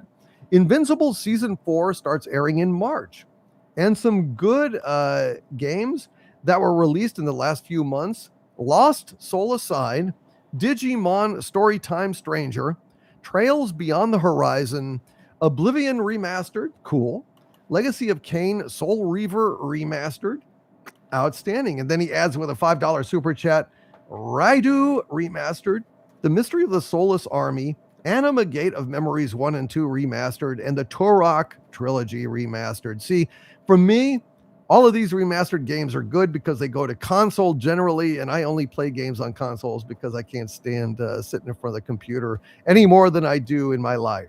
So these are all really, really good news for me, because a game I missed the first time around, and I missed a lot of them, I get another chance to play. So thank you, Jack. I appreciate that. Those are excellent pieces of news. And Valentine Puppy with a $2 super chat says, happy birthday week, Bones. DeForest Kelly. So is this DeForest Kelly's birthday week? That's nice. Yes. To hear. Yeah, That's right. 106. It was on Tuesday. Happy birthday, Bones. Bones, happy birthday to you. Happy birthday to you. Happy birthday, Bones. Bones. Happy birthday to you. All right, let's go ahead and get on to the next bit of our news here. Let me go ahead and pull everything back to where it should be, where it rightly is, with the whole panel. Let's go ahead. All right. Before we get into the debate about the Star Wars news, where now Dave Filoni is creatively in charge of Star Wars, and I'm wondering, if that is going to make any difference whatsoever. Is there any hope in there or not? But before we do that, I want to tackle this because it's a very, very fun fucking story. And either way, whichever side is telling the truth here, it's a great story. This is a classic, folks. I'm going to pop this up here, and then we're just going to have some damn fun. And we need some fun in this life, don't we? So This was a story that was out there.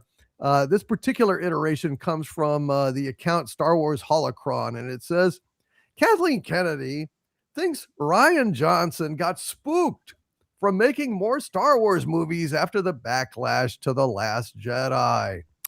I think Rian made one of the best Star Wars movies. He's a brilliant filmmaker, and he got spooked. This is the rough part. When people come into this space, every filmmaker and actor says to me, "What's going to happen?" They're a little scared. They're a little scared. Rian Johnson apparently got spooked, according to Kathleen Kennedy, by all of us dumping on The Last Jedi. Now, the thing about this is, folks, Rian Johnson is a classic troll. He loved getting on Twitter, getting on social media, spitting in our faces, saying, I'm getting a trilogy. I'm getting a trilogy. Oh, it's going to be great. And oh, so sorry that, your expectations were foiled and everything. And he put up a great front about, hey, you know what? Go fuck yourselves. We don't care what you think. I don't care what you think. I'm going to do exactly what I want, and completely unrepentant and everything else. So that apparently was a facade. Kathleen Kennedy went ahead and said he got spooked on her way out, tossing his round head under the bus. He was like a bowling ball. It's like, she didn't have to say that. Do you think that he would have wanted her to say this? No. So does this mean, and then here was his reply, folks. I'm gonna go ahead. This was his reply on the Twitter X. He says, let's wait for it to come up. It's slow running tonight. He says, LOL, zero spooked. Sorry. All in lower caps, like he's so unconcerned, so nonchalant, he couldn't even be bothered to hit the caps. But and this is, look, dude, he made a big show of being the big man, the big troll. Fuck you all. And for her to say this is completely speaking out of school. Either she's not telling the truth, or she is telling the truth. Now, he's denying it. So is he calling her dishonest? Or did she let this spill because they had some kind of falling out? Did he piss her off in some way? Did he fall out of favor? Or is she just saying the truth? Well, it's her truth. It's her truth. Well, let's go. Let's discuss this, because either way, it's fucking hilarious. This piece of shit, delighted in completely not giving fans what they wanted, fucking up Luke Skywalker, fucking up Yoda, destroying the Jedi, library, giving us all, Rose Tico and shoving it right up our ass. And, Kylo Ren, is a fit and busts his helmet. just the Holdo maneuver, the original purple hair there, other than the UFO girls, which is a whole other situation. Look, this is fucking hilarious. This is I put the way I put it in my member video is this is like a gold nugget in the middle of all this other big news about Kathleen Kennedy, stepping down as president, and Filoni taking charge, and Starfleet Academy getting publicly humiliated, shitting itself, on YouTube publicly. This little tiny understated nugget of gold is like I don't know, like Flintstone vitamins to all of us abused Star Wars fans. It's like, yabba dabba doo. This is like, fuck you, man. Fuck you. We got to you. Kathleen Kennedy says we got to you. You acted like you were too cool for school, and you got spooked. Let's go around and discuss, because I mean, am I wrong? It seems like there is no bad side to this story. Whoever's right. Gary, what do you think? Well, I agree, but I'll always remember seeing the making of The Last Jedi when I saw that Rian Johnson was taking a nap while he was shooting. And he's just like, oh, sometimes I just got to take a nap. And then if you look at the effeminate nature of the film, I think he really was spooked. Wow. And we all know that the most important thing to these people is not the content, not the IP they're working on, but the reaction to it. Mm-hmm. And it's really easy to pretend like you're a tough guy when you tweet something out. What you just mentioned, all in lowercase, no punctuation or anything. LOL, not spooked. Sorry. That's pretty easy to do. Yeah. I mean, we even understand the psychology of that. No, I think he really was. I think he really thought that movie was something special. It was a true. That movie is a true staple of their narrative. Yeah. That's why it's such a pile of shit. And it was literally the straw that broke the camel's back in that franchise. That was when it went downhill. Everything else, but before that it was okay, but it was confusing. But that piece of shit, that was it, man. That was the moment that I stopped watching Star Wars movies. Yeah. And I think that I think she's telling the truth. She's been around a lot longer than him. She's seen a lot longer than he has. Or she's seen a lot more than he has. And, I think he's a total bitch. I think he's a total pussy. I mean, just watching him being like, oh, I just need to take a nap on the set. I'm so stressed out. Oh, my God. He can't fucking handle directing a major motion picture. He can't.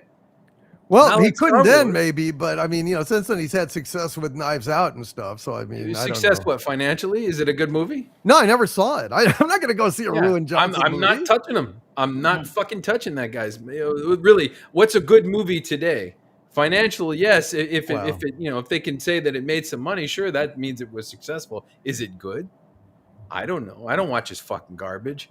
Well, But that movie that he directed, that he wrote, it was his baby, was a big fat pile of shit. and a first draft. It was, and it was his. Yep. So he was arrogant enough to put that pile of shit on film and think that people were going to like it. You bet your ass he's arrogant enough to fucking defend his ass to the very end and never give in and say, you know what, it did suck. I'm sorry, I screwed up. He will never do that because the only thing that matters to these people is that they're not embarrassed in the public. That's it. Well, that's true. But They don't give a shit about the IP. They certainly don't give a shit about Star Wars. They don't care about fans. They care about not being embarrassed in public. This is a proven study that like 80% of people nowadays, especially people who are younger than us, they're the one thing that they're most terrified of in the whole world. Like I mean, all of us can think of the things that we're terrified of, like getting eaten by a shark in really dark water. Okay, terrifying, right? The number one thing that these people say that they're terrified of, 80 to 90%, being embarrassed on social media. That's real. yeah. Wow. That's real. From college up to our age. Oh my That's a real gosh. thing now. So you Crazy. tell me The Last Jedi is not this, mistaken, beautiful piece of art that, people just didn't understand. It's a pile of shit. It's literally a wrecking ball to this fucking franchise. It's the opposite of what it was supposed to be on purpose. Mm-hmm. So he fucked that up, and now he's just pretending like, oh, well, it doesn't bother me. It doesn't bother me. He gonna did take a nap. forever. He did Like really, the forever. guy's a bitch. The guy's a total bitch. But you but the know. thing is, what I'll throw this to Rob and everyone else as well. But I'm just curious, what happened between him and Kathleen Kennedy that she would go ahead and betray this information on the way out the door? It's like a sweet little parting gift for She's petty. Rian Johnson to hand to him. I don't know. I mean, I thought they were pretty solid together. Rob, what do you think? Well, here's what I think. I agree with Gary, but also here's the thing. Rian Johnson set out to say, oh, well, Lucas had this big twist, and I'm the king of twists, so I'm going to effing up Lucas and one up him and one up everybody else and screw whatever was planned before. I'm going to make it my movie and turn everything on that's upside down, and I'm going to be the king of Star Wars. That was his freaking ego going into this Yes. thing. And it fell flat on his face because it was the stupidest movie. And I wanted to walk out of the movie theater the minute Luke tossed his former saber over his head. I'm like, fuck that. I want to get out of here. But I was Dude. driving with 4 other people and they wanted to watch the movie. So I stayed and grumbled my way through that movie and it was awful. God, it was awful. I needed to go out and get a beer after that. I was just, ugh.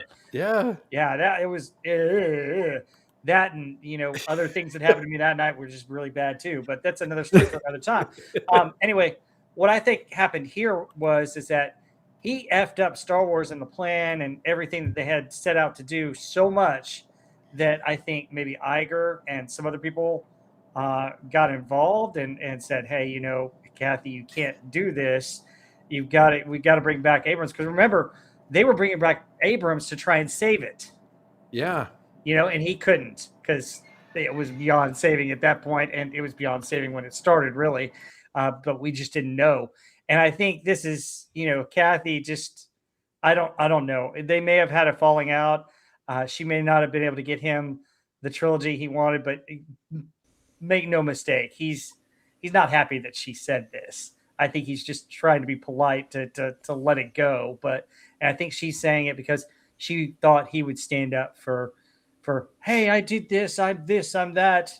You owe me this movie or this trilogy. And would fight for her side because remember, she was fighting for this and fighting for Rey movies and fighting for all this other crap.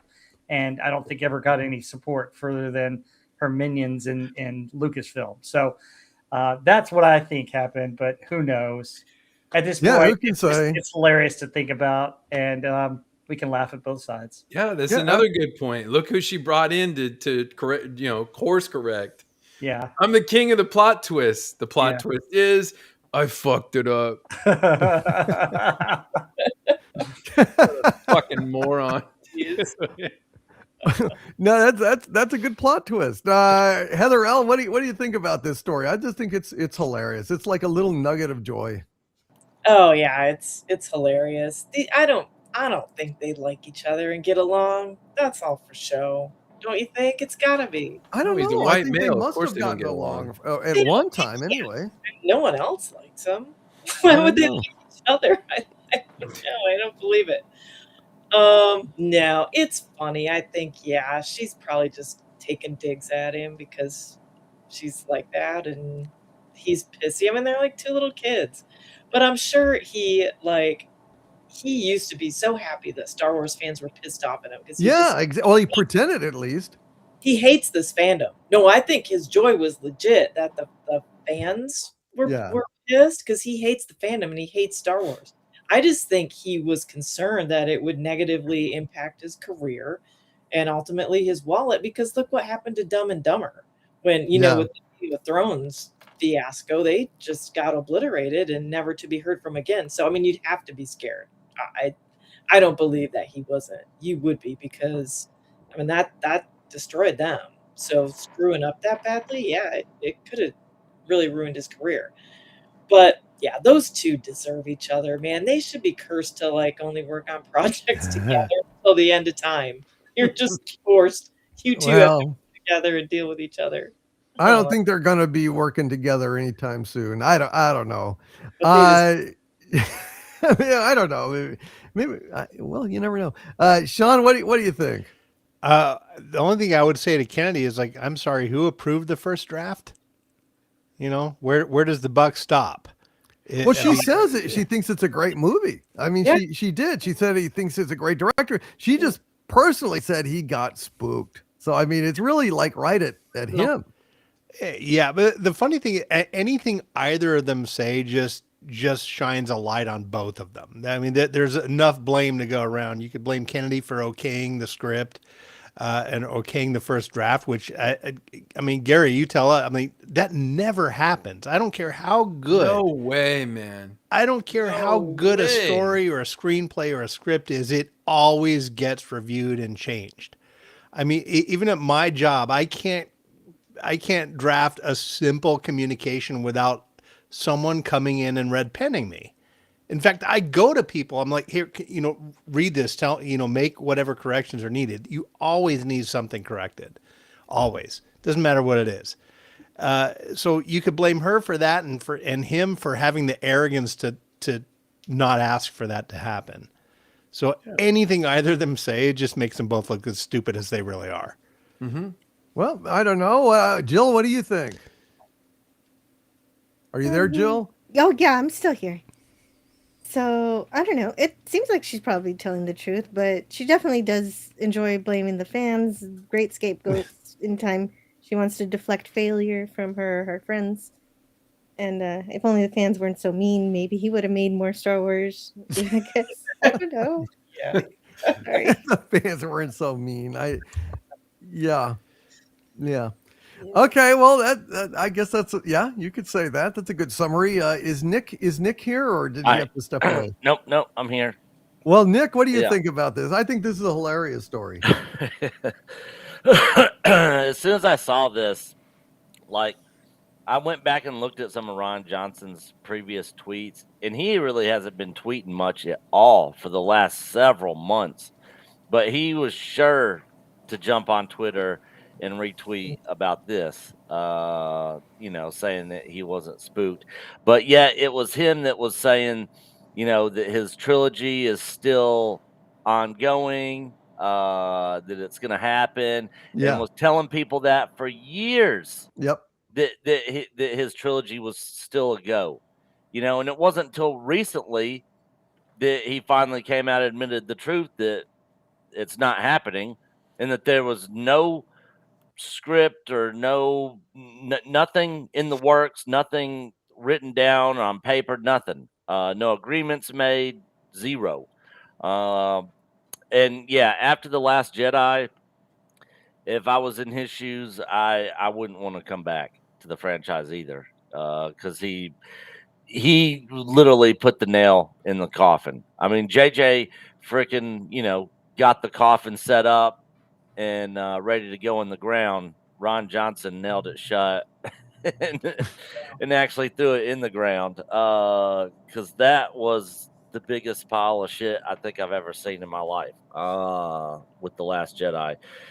And not only did he do all the crap he did with Yoda and Luke and everything, but Snoke, the big baddie from the Force Awakens, that was like, this is the next big baddie. Boom, he's dead. See ya.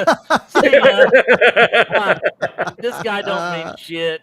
like what is going on? The whole time I was watching that film, I literally it is to this day, it is the only film I have literally walked out of the theater speechless, where I did not say a single word, because I just was trying to process the pile of shit that I just witnessed on screen. And if he would have got a trilogy, it wouldn't have been any better. And he's also the one that was going around saying, I like when half of the people like my stuff and half of them dislike it. Who the fuck wants that? Nobody. Like, what are you talking Nobody. about? It's who it's wants such half of your bullshit. like Doomcock's over there? I'm gonna make this video. I hope half the audience loves it and the rest just destroy me about this video. No YouTuber, no content creator, no movie producer, no direct. Nobody does that. That's retarded. So that's how you know he's full of shit. Yeah. It's complete insanity. But yeah, he's no longer. It's 100% official. He's no longer going to be a part of Star Wars, and that's a good thing. That is absolutely a good thing. I mean, that's a consolation prize. Andy, anything to add to this? Yeah, it's like when you hit 45 and the doctor tells you, like, we got a few routine tests to do, and you go in for that prostate exam, and everything's fine until you feel both those hands on your shoulders. Then you get a little worried.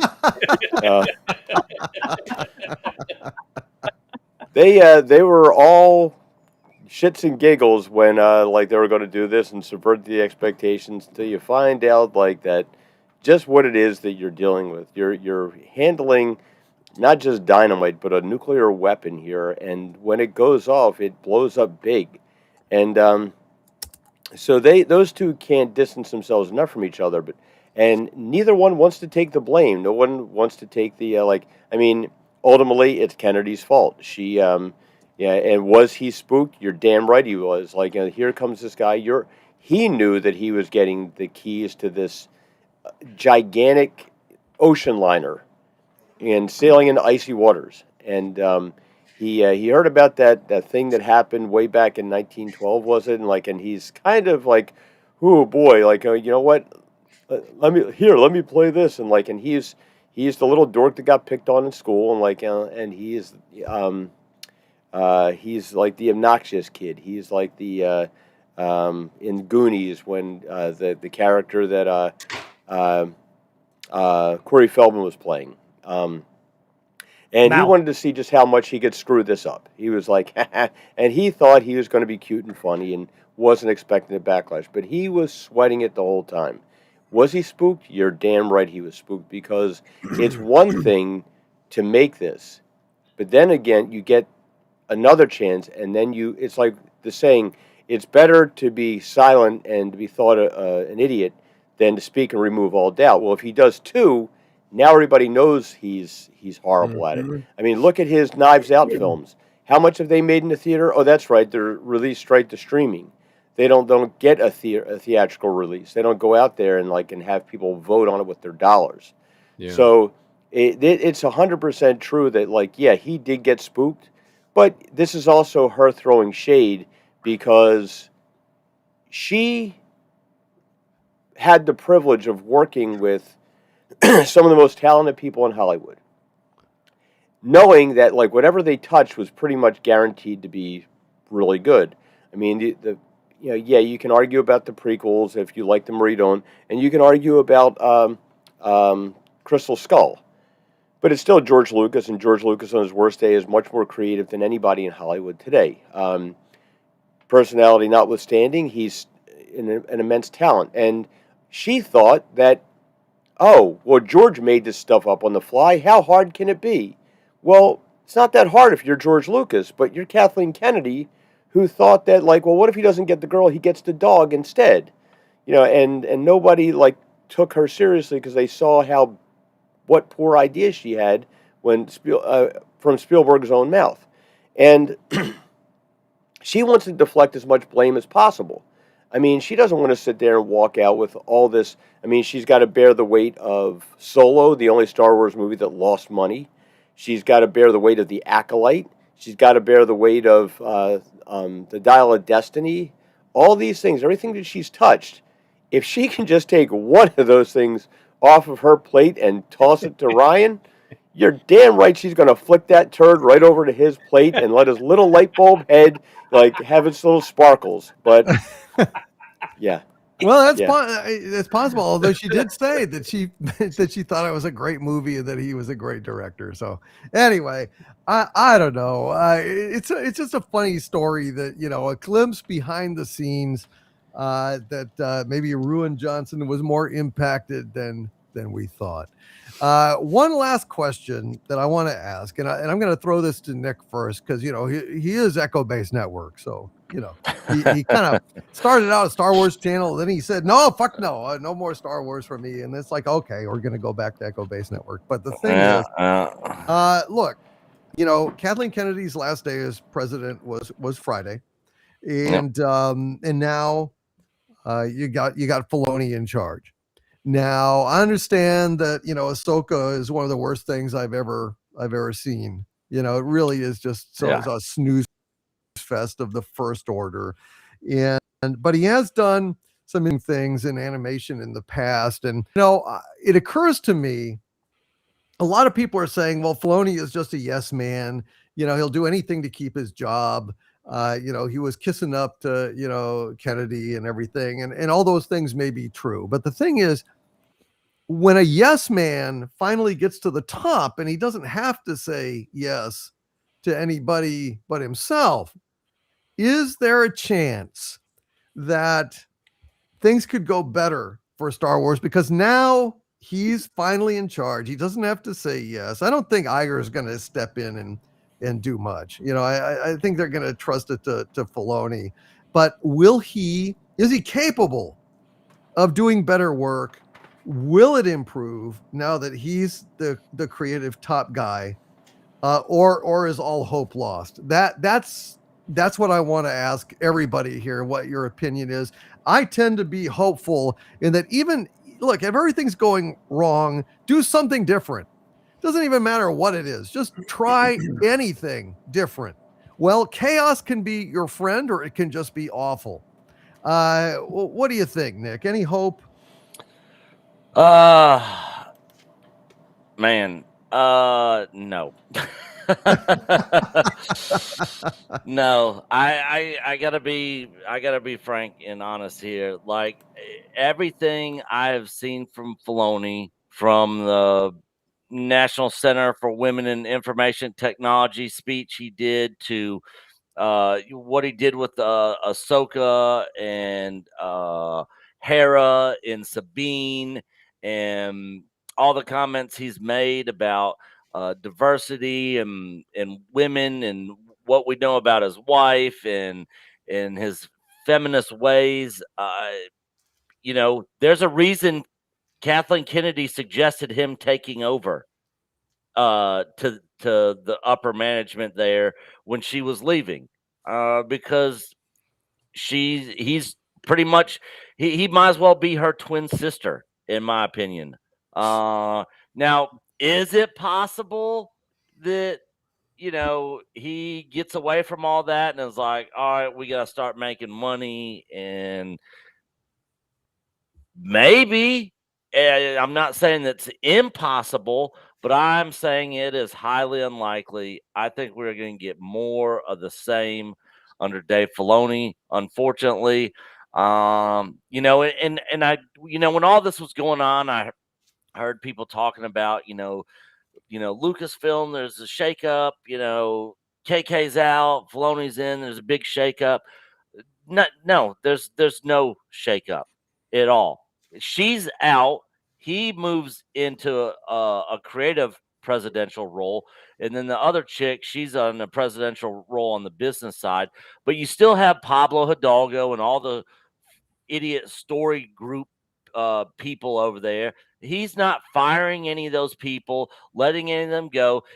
Literally in interviews he's done, he's literally talked about challenging people and writers to not do the same thing and make more powerful, stronger, diverse female women characters of all races, ages, and size, and all that. So he's completely on board with everything that's been going on. He said he loved what they're doing with the Acolyte, and basically gave his approval for that whole pile of shit. So yeah, I don't think anything is going to get better under Filoni at all.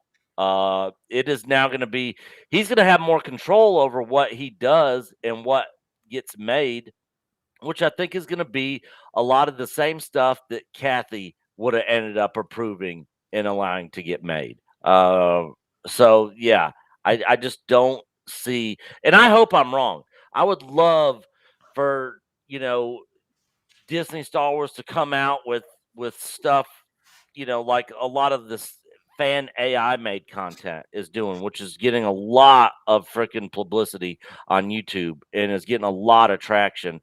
And I would love to see games, comics, books, movies, shows, whatever come out that just completely went against everything that they've been doing for the last 10 plus years. But with his track record and stuff that he said in the past and everything that's gone on, I personally just don't see it changing. And like I said, I'd love to be proven wrong on that.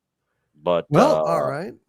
I don't. That's fair. But I guess I'll go to Gary next and just ask him, because all of these things you say about the interviews and the propaganda and all this stuff that Filoni has said about feminism and all this stuff. Well, it was while he was in ass kissing phase. I'm not saying it's not true. I'm not saying that.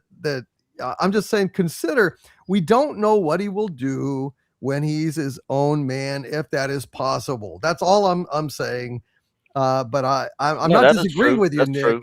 That's true. All those interviews were when he was kissing ass. He was in ass kissing phase. Will he get out of ass kissing phase? Is there any hope, Gary? What do you think? Any chance at all? Well, okay. So let's look at what's been happening lately. Recently, we've learned that Star Wars, Disneyland is going to be converting Galaxy's Edge over to original trilogy stuff, right? Right.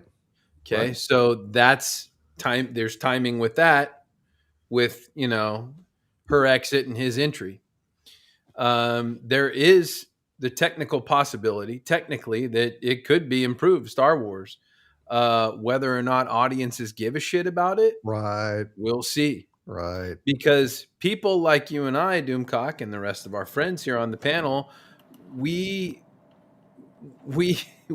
feel that it's only the right thing to do, that when somebody makes an adjustment or a course correction, that there is a path back. Right. And that we should give that effort a chance. I don't know whether that will be the case with other folks. Mhm. And I really can't blame them. Because once the damage is done, why should any parent of a young child take their kid to go see a Star Wars movie after everything they've been through in the past 11 years? No, you're right. You're Right. absolutely right. So I don't know. Technically, yeah, of course he could call up Filoni and be like, we're getting the band back together. Let's do this. Whatever crazy Star Wars idea you've got, let's do it, man. Let's bring back OG characters. Let's do some cool stuff. We'll bring back ILM. We'll call up Billy D. Williams. We'll do a Lando show. I don't know. We've got the Darth Vader AI. Let's get it in gear. Yeah, that's great. Is there an audience for it anymore? I don't know. Well, I tell you, I mean, that's a great point. I'll check it out because that's what we do. But is, John Q. Public and their kids going to check it out? I don't know. Well, here's what I would, in the words of Rod Serling, submitted for your approval. This idea, if they're going to have a chance, I would submit to you that all the excitement that came out, and a lot of people on this panel too, when they said they're going to release the original, uncut, special editioned Star Wars in theaters. And when was it going to be this year or next year? It's the 50th anniversary next year. Yeah. Yep. Well, yep. see, so think about this. Riding high on this new generation, like getting to see these pristine original cuts in theaters where everybody's going to be excited about this. That's the perfect time then to introduce new Star Wars that is like, in the original trilogy, vein and maybe a Darth Vader series and, with great writing. I mean, this could be their last fucking chance, but it's like these releases of these original movies, if they do all three of them, are the perfect commercial and the perfect gateway drug to a new take on Star Wars. This could be the only card they have left to play. Well, and if you think about it, it is the Disney card because they're taking a movie out of a vault and re-releasing it. Right. Yeah. Right. And this is something that George Lucas said he didn't want to have done, and they're saying, well, fuck you. Right. Yeah. So maybe you're right, man. Maybe they've been planning this for a while, but I don't know what's going to happen. We'll see. Oh no. And also you got to remember that the next several projects that are coming out are still KK projects. So it's going to be, I mean, Starfighter. Will they come out though? Other than the Starfighter thing and the, Mando and Grogu, which I don't know. Yep. Ahsoka season 2, Starfighter, Mando, Grogu, those three are for sure happening. Yeah. We got the Maul, Shadow Lord animated series that's coming out. The trailer actually on that drops tomorrow. I think we're getting another Visions expansion miniseries there this year as well. So to be fair on making a case for Filoni, it's going to be 3 or 4 years before I think we really 100% for sure know. Well, correct me if I'm wrong. Didn't they push back the Ahsoka season 2 as well? I thought I read somewhere where they pushed that back because it was supposed to be like summer. And back. Yeah. It was going to come out this year, so they started filming last April. It was going to come out this year, but now it's not coming out till I think first part of next year. Yeah, probably after Star Wars. Well, they were- another indicator of this may be how Disney treats these releases. If they Right. release them quietly, nothing gets promoted about it, and if they just kind of put them out there and get them out there as a tax write-off, that's one thing. Maybe that would be in line with like, okay, we technically by law have to put your crappy shows out, but in a year's time, no one's going to remember them anyway, and then that'll gear them up for the 50th anniversary next year. Yeah, yeah, So I we'll see how wonder- they treat the releases. exactly. I think my thoughts are well along those same lines. How much they start ratcheting up Mandalorian and Grogu in the next couple of months?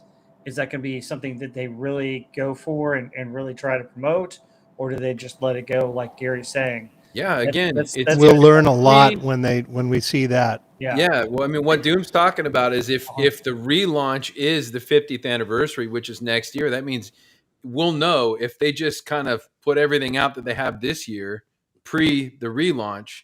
If they just kind of quietly let it go and no one talks about it, well, then maybe that's their idea. Is like, we technically have to release this crap, let it go, and then we're going to restart next year anyway, so it doesn't matter. Put your little crappy shows out. Right. And in the meantime, do they like feverishly get some new like stuff in development, some new like Star Wars positive things? Maybe they start getting some guys in there that know Star Wars, that are actually fans. It's possible. It's like Captain Kirk says, we may go up in the biggest ball of fire since the last son of these parts exploded, but we've got to take that 1 in 10,000 chance, and maybe that's what we got. But also you got to be the measuring stick. Also, what happens to him after Mando and Grogu? What he does next with Star Wars? Nobody's heard anything about what his role is going to be moving forward at all. There's been no word. That's where my ears perk up, and I wonder about Favreau, because he and Filoni were tight for a while, and then he turned to the dark side and went under KK. Yeah, and also you got to remember, just look at Filoni's body of work. This is a guy who has been good at making a few good cartoons, and that's it. That's really it. His first real show that he did live action was Ahsoka season 1, and it was trash. Under Kennedy's rule. Yeah. So again, we don't know, man. It's looking like, I think you might be right, DC. They may be aiming toward a course correction for 2027, but who's to say whether anybody's going to be receptive to it? I don't know. Exactly, Gary. But if they can whip up enough genuine support where fans are like, finally, the Holy Grail, we're going into theaters, we're seeing this finally, like we saw it as kids, and you haven't seen it since, and there's positive emotion. There's positive, feedback for once again. And if they're ready to strike with some great original Star Wars type projects to take advantage of that lift, that lift that they're getting from the tailwinds, it could change a lot, folks. And remember, when Filoni was doing the cartoons, you say, well, but they're just little cartoons. Yes, but the stories were good. The stories were good, and they were not under Kennedy. That was back before that shit. So he is capable of doing fan-friendly, authentic stories. He has seen it. The question is he gone too far to the dark side, or was it an act, to save his job? Craven, yes. Ass kissing, yes. But if he got to the pinnacle of the mountain, now what will he do? Yeah. Well, that target is only 2 meters wide. We'll see.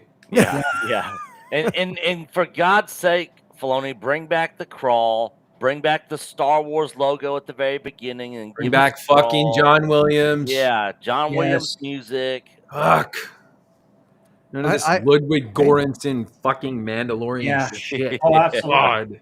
Absolutely. But let's let Heather L and Sean and Jill and Andy chime in. No. Listen, it's just a freewheeling, passionate discussion here.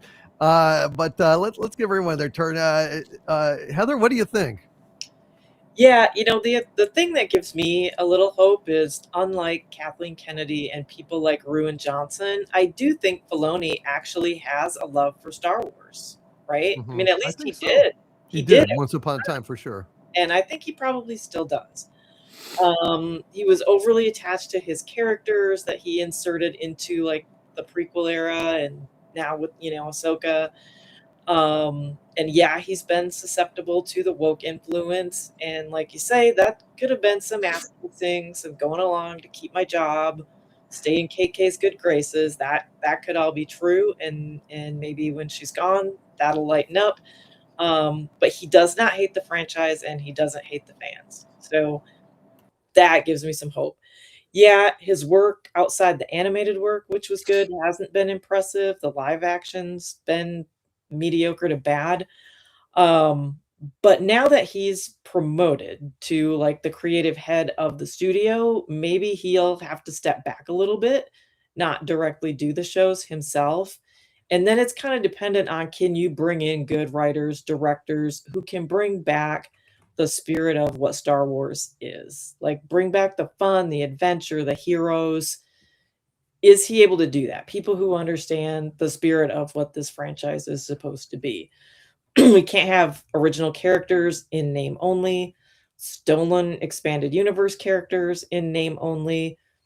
They have to bring back old characters that are actually the old characters, or create new ones that are in the spirit of the old. And I think he loves this franchise and does want it to succeed. So, can he get the right people in there? I hope so. It can't get worse than with KK there. Right. So, and who knows? He may be like, Colonel Bogey in Bridge on the River Kwai, where like he's standing there and everything's on fire. And he takes off his cowboy hat and he says, "My God, what have I done?" Maybe he, he steps up and he saves the day in the last reel. I don't know, but you make some great points, Heather. I do think that once upon a time he really did love Star Wars, and I think perhaps that part hasn't vanished from him fully, as Luke would say. I sense there is still good in you, Dave Filoni. Yeah, let's hope so. I just one point I want to make though is that I don't like how he destroyed his own characters in the Ahsoka series. I mean, what he did with Sabine and what he did with Ezra was terrible. They weren't even fragments of their original creation. Yeah. And he created those characters. So, but maybe he had to. Yeah, maybe he did. He's working under KK. Yeah. Mm-hmm. I mean, and there were rumors a long time ago, and I was told this by multiple people, that he had placed the seeds to decanonize the Last Jedi and all that crap, in Ruse of Soywoker, with the world between worlds and the veil of the Force and those Force mirrors and the wreckage, she thwarted that. But I mean, if that's true, then he was one of us all along. A freedom fighter behind the lines. I don't know. Yeah. I don't know. Sean, what do you think? Well, I have a little bit of a different take on it. Yeah, he may love the IP, he may love Star Wars and everything, but he was actually the perfect choice to run Lucasfilm, and here's why. From a business executive perspective, Filoni has proved he can be controlled. He is a weak man. He's extremely weak. He's easily influenced either by KK or the stuff his wife believes in. We saw in Ahsoka. So what the question really is who's holding the leash? Who's holding his leash? Who's telling him to do this stuff? Because the changing of Galaxy's Edge was not KK's decision. Nope. The re-release of Star Wars was not KK's decision. Someone else made that call. So if whoever made that call is in control of Filoni, we're going to be okay. Right. He's going to do whatever he is told. He's a good lapdog. He could probably make good content, find good writers if he's told to. So I think that's the big question is who's controlling him. It will determine what we see. Interesting take. I don't know. I don't know the man, so I can't say. I know a lot. Listen, Dave Filoni got to eat. You know, I mean, True. Oh yeah, I mean, I don't blame the I guy. mean, if he saw this day was coming, and it's like, if I got to eat a mountain of bantha poodoo to get through here and then save the day, I will sacrifice and eat the mountain of bantha poodoo. I'll slay my own, children. I'll fuck up my own creations. I'll even alienate, John Favreau. But here I am, finally. Okay, what are you gonna do? Show us what you're. I mean, that's all I'm saying, and I'm not arguing with you at all. I'm just oh no, I arguing understand. like a devil's advocate kind of situation. No, I completely agree with you, and I don't blame him for being that way. But on the other hand, someone who wouldn't have been like that would have been Favreau, and he's not in charge. Yeah, he was pushed away, but maybe he opened his mouth and he fought too hard, and maybe you know what I mean. Yeah, although I do fear we're going to see more of the same. I think if they really wanted to make a change and communicate that they're going to make a big pivot, Favreau would have been in charge. They would have said, no, we're bringing in Favreau. Or maybe they're waiting for a new CEO to come in where they have an excuse to make big changes. Maybe Favreau doesn't even want it anymore. I mean, it could be.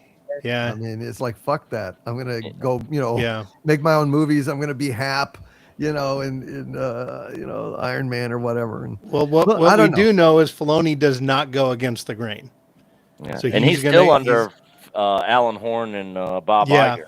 He's going to capitulate. So that's the big question. I don't think he's really going to have much creative freedom here. But do Iger and Horn want to change the way the grain's going? Like you said, Sean, it's like, well, if this is a change that's coming, he'd be a great guy to probably implement it. Because like you said, he is a team player. Yeah. So I don't know. I don't know if Jill, you're more of a Trek than a Star Wars. You have anything to add, Jill?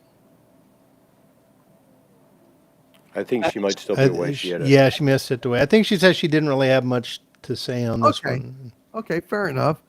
Andy, what do you think? I mean, you can get the last word here. Well, Filoni has to deal with his wife, who's got that famous picture out there with drinking her coffee that says "Drink coffee and hail Satan." We kind of know, and she's all about like the feminist angle and stuff like that. So he does have to worry about when he gets home at night when she puts on her power belt.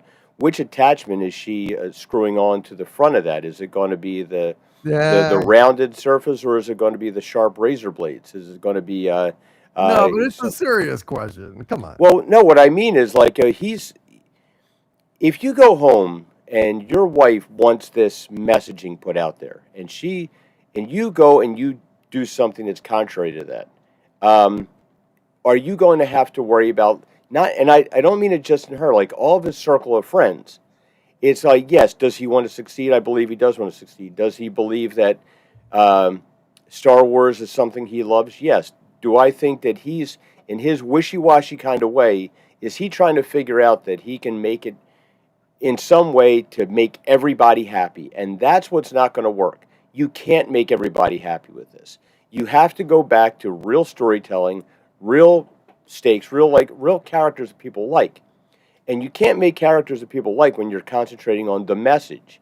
It's got to be character driven, it's got to be story driven, and it's got to have that magic to it. Now, is there anybody that is going to step in? Because you still have, this is where Iger's taint is all over everything, because he put people in place for political reasons. That he wanted this presidential nomination, and he was going for that, and he wanted to have this, like, look what I've done, look at all this progressive ideas that I put into this.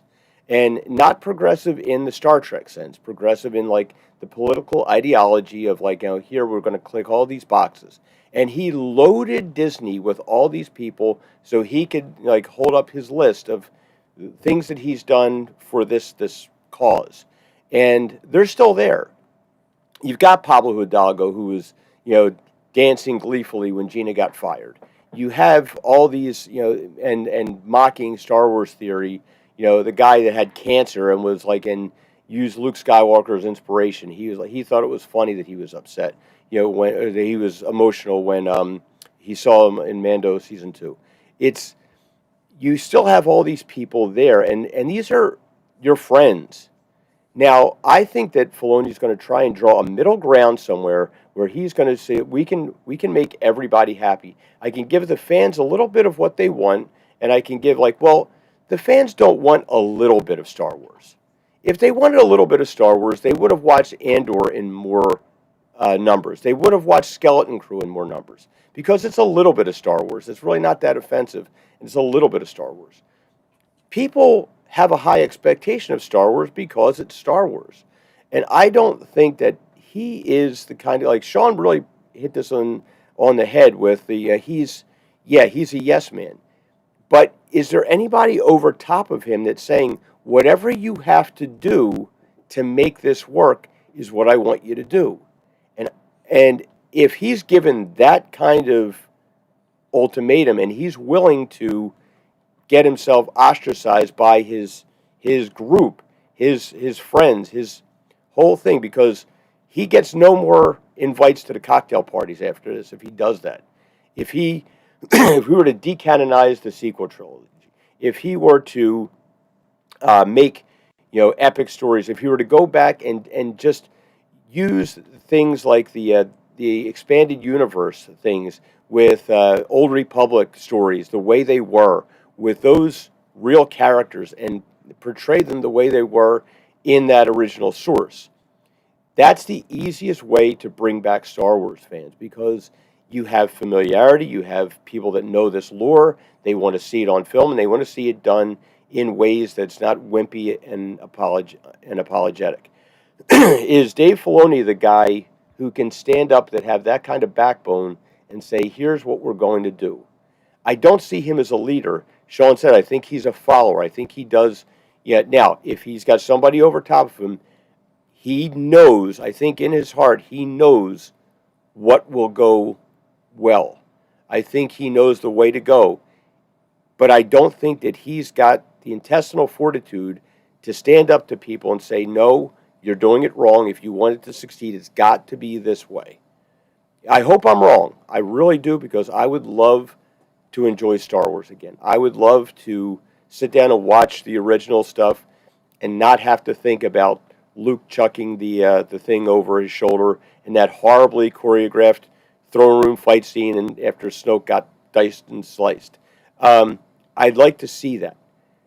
I don't believe that anybody that these people put in place is capable of getting out of their own way with this mentality that was probably on the resume. Did you click this box? So I hope I'm wrong. Filoni is he was a very good cartoon producer. Does cartoon translate to film? You got Doug Jones, who could float between the two, but outside of that, I think they're kind of like separate spheres. If you're a good cartoon guy, then by all means stick to cartoons. If you're a good live action guy, and who would be the perfect person to run Star Wars? I don't know, because George Lucas wasn't the perfect guy to run Star Wars once there was nobody to tell him no. So, all right, fair enough. Good take. Thank you, Andy Masterson. And Rob, you real quick before we go to our super chats here, you found something in this teaser for Masters of the Universe. The trailer is coming out tomorrow, the actual trailer. But what'd you find? Do you want me to share the screen? Yeah, go ahead and share the screen, Doomcock. All right, let's see it. Okay, so the teaser came up and it had like a reminder, like Saturday morning cartoons, and then it went in and showed a couple of screenshots that you barely got to see. But this is a screenshot of the Sword of Power, and look in kind of the middle of it, you'll see kind of a face, and it looks like a villainous face, almost like it could be Hordak, it could be Beastman, it could be the upcoming rumored Goat Man. It's kind of cool. Oh, nice, man. Can you zoom in on it a little more? Or? I might be able to. Let me see if it lets me. That's the skinniest hilt I've ever seen. Yeah, it's not going to let me zoom in. Okay, anymore. Never mind. Well, that's interesting. So what, just your gut. Oh yeah, looky there. Show that shot. Yeah. Yeah, so this is Oh, there we this is go. it. So my gut is this might be okay. At least they got the spirit of the original cartoon and the original. So I grew up with He-Man, the toys, the books, and the cartoon. So like I'm well versed in this. Um, you can tell that Idris Elba is Man at Arms just the way he's dressed. You can tell Tila looks like Tila. This looks like Cringer, although he's a little bit bigger. There's Prince Adam. Roboto looks a little bit off, I have to admit, but these are the main characters that we're going to focus on. So that's an interesting shot. But take a look at this one. There's Castle Grayskull, which is looking really cool. This that actually is looks good. yeah, this is the original. This is like the Eternia Tower that they came out with towards the end of the toy run, and you can see this is supposed to be like the cable car sled from the original toy thing. So they're incorporating some of that in there, and then you can see kind of the sword and sorcery and some of the technology type stuff in this one battle shot. So who knows? We'll find out more in the trailer. This movie could be decent or it could be crap, but at least they're giving me some nostalgia and giving me something with these shots and giving me a little bit of hope. Like I said, I'm a little bit more cynical, so I'm not all in, but at least there's something good. All right, fair enough. Thank you very much. We're about to get to the movie we love, but let's get to a few super chats before we move on. Hey, DC, I actually got to hop out. I got to take care of some work stuff. Okay, Nick. Well, go ahead and plug whatever you'd like to plug, dude. Yeah, thanks for the invite. Always a pleasure being here, sharing the panel with all you wonderful, great people. Thanks to all the mods and everybody for joining the show tonight. You guys can check me and Coach out over on Echo Base Network. Our channel's actually been killing it this month, doing these fan film reactions, these AI fan film reactions that are actually really, really well done. I know Rob's been covering some of them on his channel as well. So yeah, come over and check us out. We'll actually be live streaming tomorrow night every Thursday night at 7:00 Central Time. All right. Thank you very much, Nick. We appreciated you being here and glad to hear you're killing it, brother. Yep. Thanks, guys. We'll see y'all later. See you next time. All right, bye. All Bye, right, Nick. take care, brother. See y'all. We'll see you later. And hail to Aaron Pipes. Thank you for being a producer tonight, Aaron. Let's go ahead and get to some of these super chats. They are wanting to chime in, and we got to go ahead and give them their voice. Let's see. What do I got here? And let me go ahead and make sure. Yes, it is looping. Let's see. Udite 1796 has been an arch villain for 23 months now. Thank you, Udite. Says a friend of mine is a proper projectionist and cinephile. He works premieres and events in Hollywood. Always complains he has to fix settings, etc., even with easy new equipment and big famous theaters. Theaters are clueless now.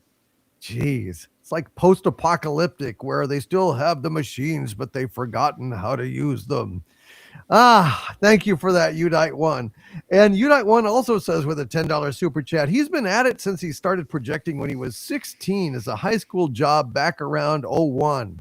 It's a lost art, he says, and gets top dollar to project actual reels because no one knows how anymore. Oh my God. Dude, this world, man, what is going on with this fucking world? Jack White, executive producer Jack White, with a $10 super chat. Hail to you, Jack. You're beyond an executive producer tonight, man. Jack White says the future of movies is re-releases and some newer movies and imports from Japan, like, for example, the Demon Slayer movie or the Gundam movie double feature that's upcoming. Dude, I agree entirely. I think that, these movie theaters need to get like the old Alamo was. The old Alamo was what you're talking about, and now they're moving away from it. I mean, it's just ironic. Maybe they're moving away from it and the rest of the industry will have to move towards it. I don't know. But you're right, Jack. Anime, Japanese imports, foreign films, and classic re-releases. I think that is the model. As sad as it kind of is, I think that is the model. That can keep theaters going in between the rare good movies that we actually get. Michael Beacom with a $10 super chat. Hail to you, Michael Beacom. He says, Overlord DVD, Dust Bunny is now streaming on Amazon Prime and Apple TV. Sigh. I wish it had gotten a wide theatrical release, but welcome to modern cinema, I guess. Yeah. It's sad, dude. It's sad. There's a lot of really good small budget indie movies that get a very limited release, and then they just go on to streaming. It's a damn shame, but what are you gonna do? Hail to you, Michael Beacom. Thank you for that. At least thank you for alerting us that Dust Bunny was out there, man. Joe Lamont Sama with a $1.99 super chat. Hail to you, Joe. He says, this is CBS Radio News. DC World Tour to kick off in Greenland.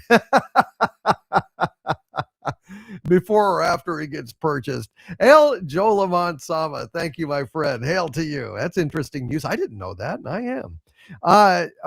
Dark Tynave. He's been a channel member for 32 months. Hail to you, Dark Tynave. And he says, welcome to a new year, just with a period, which means I think exactly how I feel about it. It's like, yeah, aren't we lucky? Isn't 2026 just shaping up to be swell? Holy shit. Thank you, my friend. Scott V with a $5 super chat. Hail to you, Scott V. Says, hail, Doomcock and panel. This new Star Trek is just a big fucking joke, right? I mean, really. These people really think this is what Star Trek is. OMG, zero clue. Scott, dude, this is why I started my channel back in 2017. It was exactly about Trek and what had been done to Trek. And I mean, I saw it coming, and it never got better. It never got better. Hail to the great JRC99US with a $2 super chat. Brother, it's great to see you. He says, new Trek, teenagers in space. Yeah, JRC99US. I know it, dude. I know it. And you're right. And it's a fucking shame. It's a fucking shame. What can I say? Michael Beacom with a $10 super chat. Hail to you, Michael. Michael Beacom says, Overlord DVD, did I hear you mention Murderer's Row last Friday Night Frolics? Been hoping you'd watch that for a long while, for your own enjoyment, if nothing else. Hoping the great race gets movie we love treatment. Yeah, dude, that is definitely coming. That is definitely coming.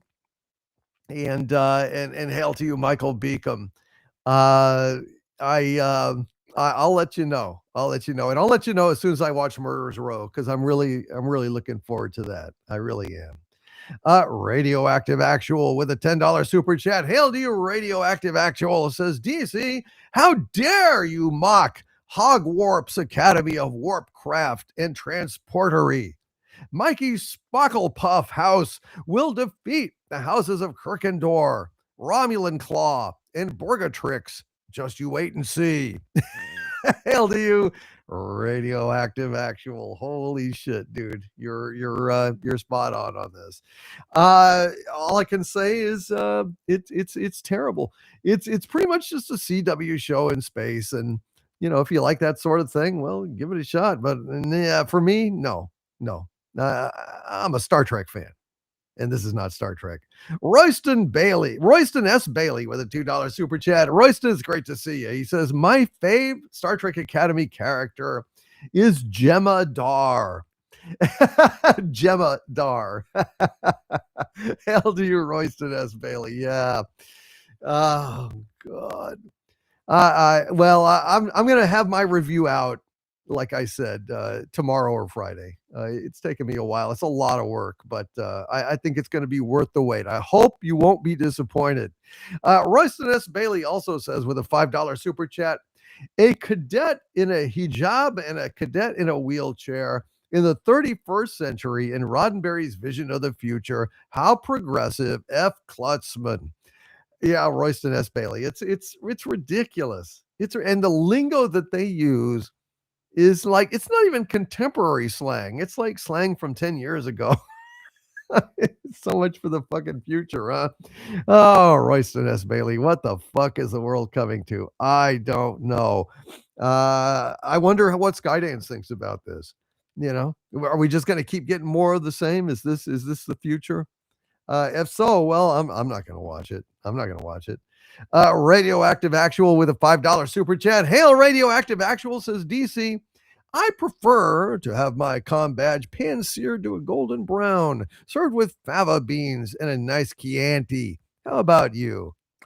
I like it kind of like sauteed, sauteed with bitter tears and bile. That's basically it. Can't really be served without that, Radioactive Actual. So you might as well develop a taste for it.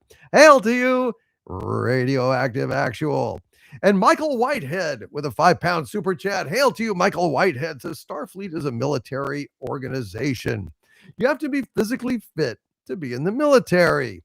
No obese, unfit person would ever be accepted. Well, that was then. That was in the good old days where the military actually meant something, Michael Whitehead. This is like the dregs. Because, the Burnham wiped out everything. Or was it the Burn? I'm going to say it's the Burnham wiped out everything. That's basically what it is. Hail to you, Michael Whitehead. You've got an excellent point, sir. But this is in no way reflective of reality in any sense of the word, as it's commonly understood in the 21st century. Royston S. Bailey with a $5 super chat. Hail, Royston, again. Thank you, sir. He says, Roddenberry is spinning so hard in his grave, he's creating a warp bubble. F. Klotzman. Man, a warp bubble from Roddenberry himself. I wonder what wonderful things would transpire therein. Thank you, my friend. Hail to you, Royston. And Michael Whitehead, yet again, with a £5 super chat all the way from the UK, staying up here with us into the wee small hours of the morning in the UK. Thank you, Michael. He says, secondly, being military demands discipline. Anyone refusing to wear the military uniform, including footwear, would be court-martialed. Yes, there is a certain amount of conformity and uniformity in the military. This is supposed to be the military, but really it's just a school bus to the frat house, and ladies included. Thank you, Michael Whitehead. It's sad. It's sad. It's sick. Michael Beacom with a $5 super chat. Hail, Michael. Michael Beacom says, regarding Starfleet Academy 90210, to paraphrase Tolkien, there is no curse in Klingon, Romulan, or the tongues of men for this treachery. I agree, Michael. I agree. I've been shooting my mouth off about this since 2017. 8 years, this channel is 8 years and change. This channel has been on, and I have just been out there like, John the Baptist, eating locusts and wild honey and shouting about this stuff for years and years and years. And I absolutely agreed it. Aaron Pipe 76 is saying DVD mentioned my super chat, but did not read it. No, I'm going to read it. I'm just have to go in order. But I am absolutely going to read it, Aaron Pipes. I just wanted to say, hey, I was shouting you out and thanking you. The reading is coming. Don't worry. I do not leave any super chats unread. It is absolutely coming. Edward Bailey has been an arch villain of mine for 20 months now. Hail, Edward, and says, I like Doug's Holly Hunter stroke appearance. Doug Nelson, ladies and gentlemen. Doug Nelson. What a great illustrator he is. And what a mensch he is, too. He really felt lousy tonight, but he crawled out of bed and came to see us and spend time with us. And I really, really do appreciate it. God bless you, my friend. Hail to you, Doug, and hail to Edward Bailey for calling that out. And Royston S. Bailey with a $2 super chat says, don't we all miss Rick Berman now? Yes. Boy, we didn't know how bad it could get, did we? I mean, I was no fan of Voyager, and I was only fans of a little bit of Enterprise. But boy, they both seem like gold standards now compared to the muck that we're getting of, Puke Hard and STD and Suck New Worlds and and Suction 31 and holy shit, and now Starfleet's Enema Acomedy. Fuck me. Oh, fuck me. Radioactive Actual with a $5 super chat. Hail, Radioactive Actual says, DC, Them Hadar result from the banned Dominion pharmaceutical Ketracel Pink due to its mutagenic effects. That explains it.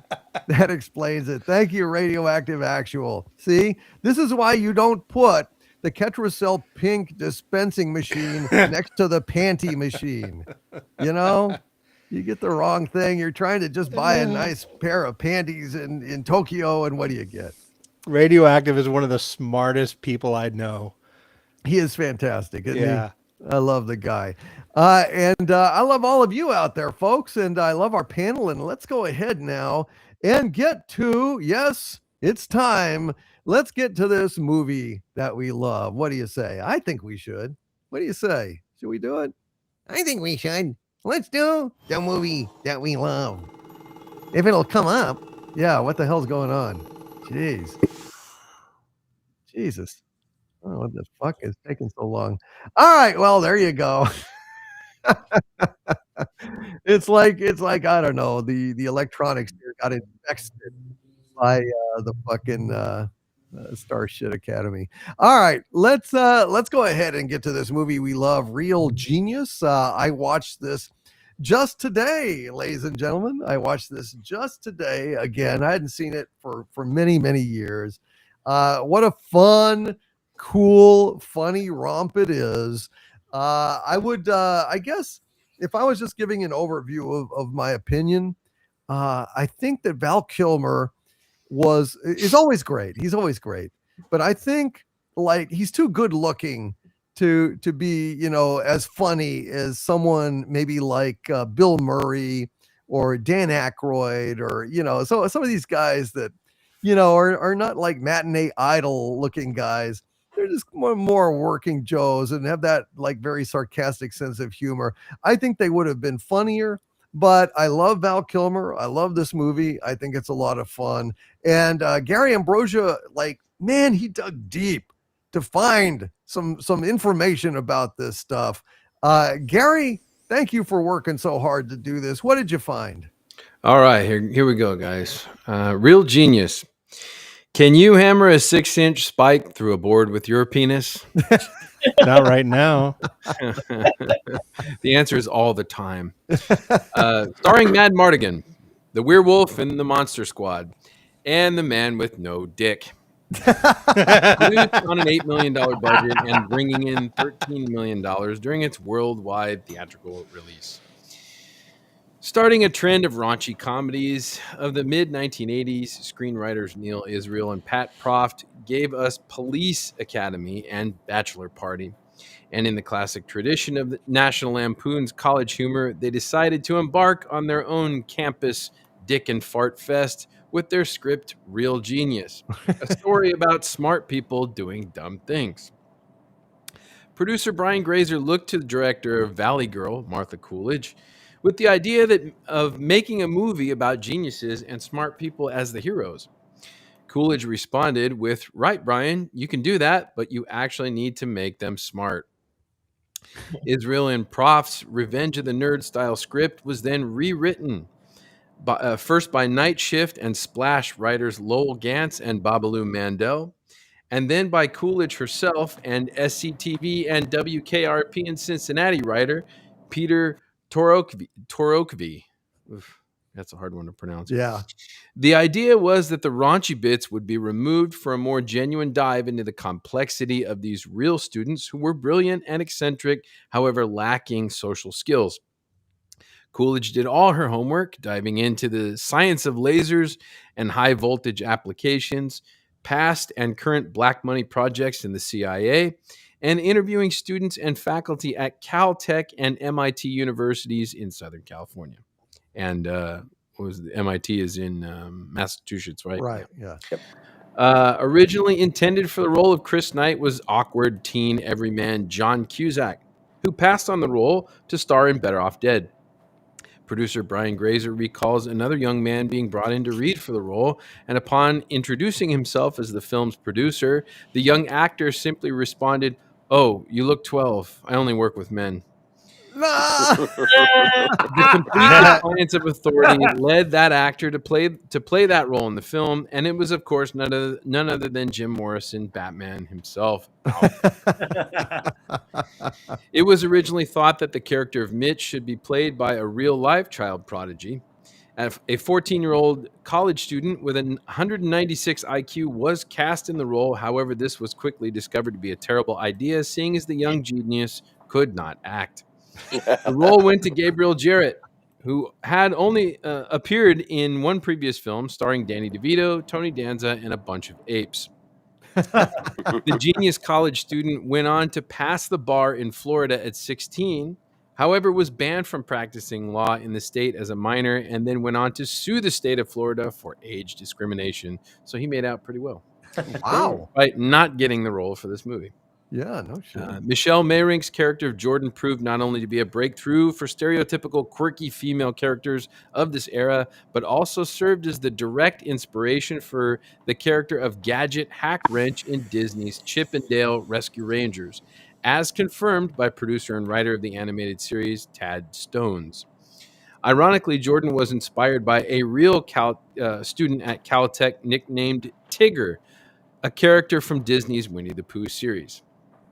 How about that? Lots of Disney connections. Uncle Rico himself, John Grise, who plays Laszlo Holyfield, was based on a real-life Caltech student who established an office for himself deep in the steam tunnels of the university simply because he did not want to attend PE class.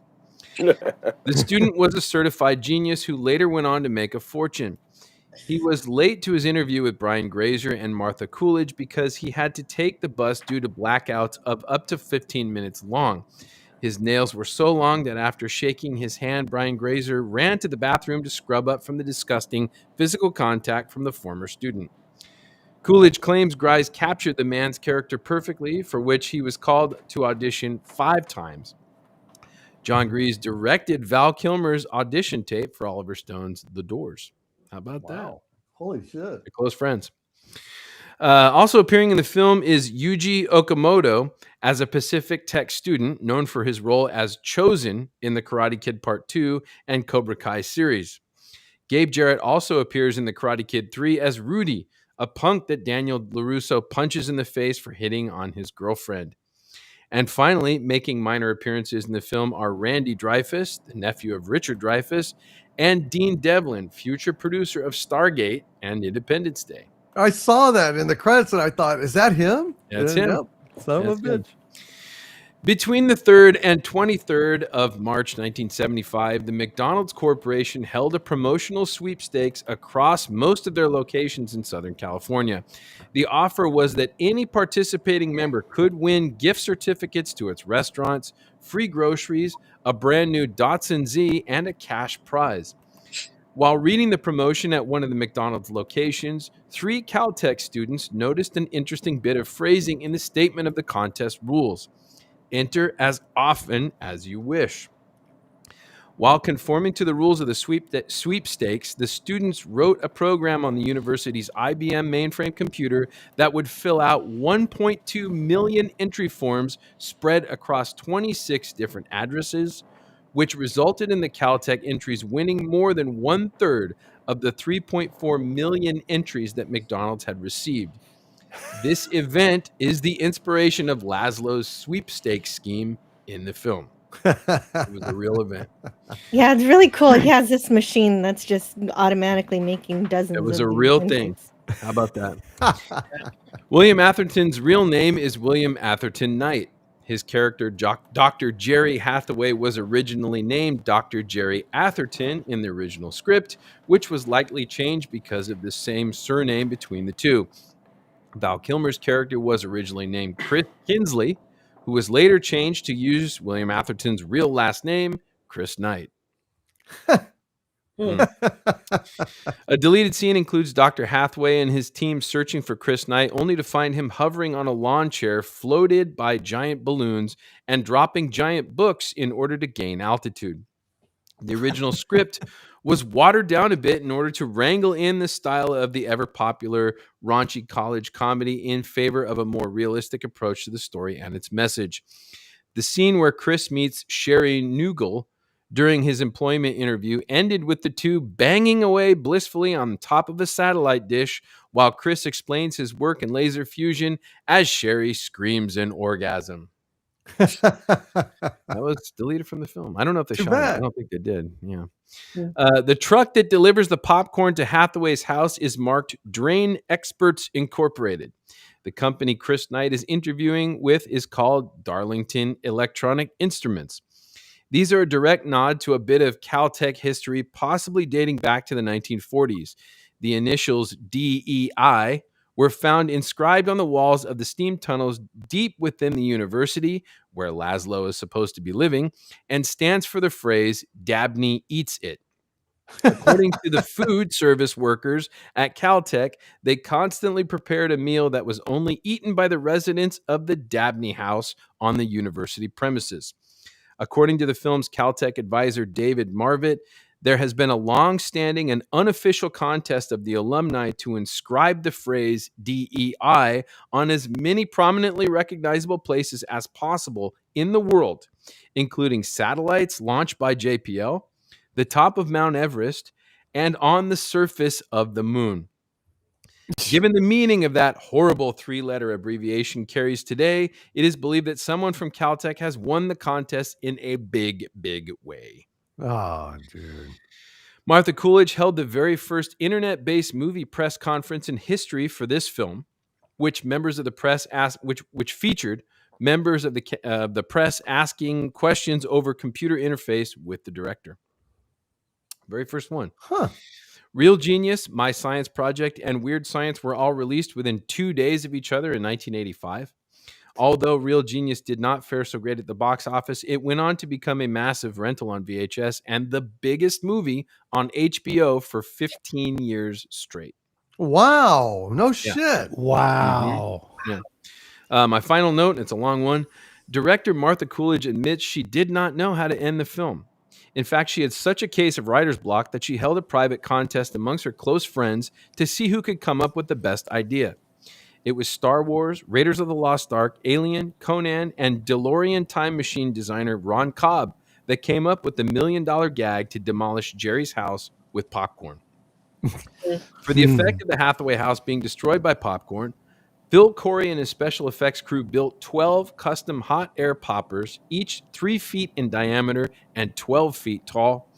To get the unpopped kernels into the massive poppers, a gigantic chicken feed machine was built with a big screw that would spin and push the kernels into the machines, powered by 3 Chevy small block V8 engines linked by chains and sprockets.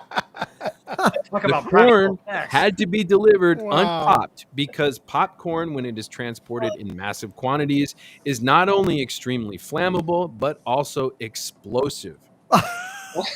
During the first test, 6 giant popcorn poppers were brought into a studio warehouse to make corn for the scene, which resulted in a massive fire which burned the warehouse to the ground. No.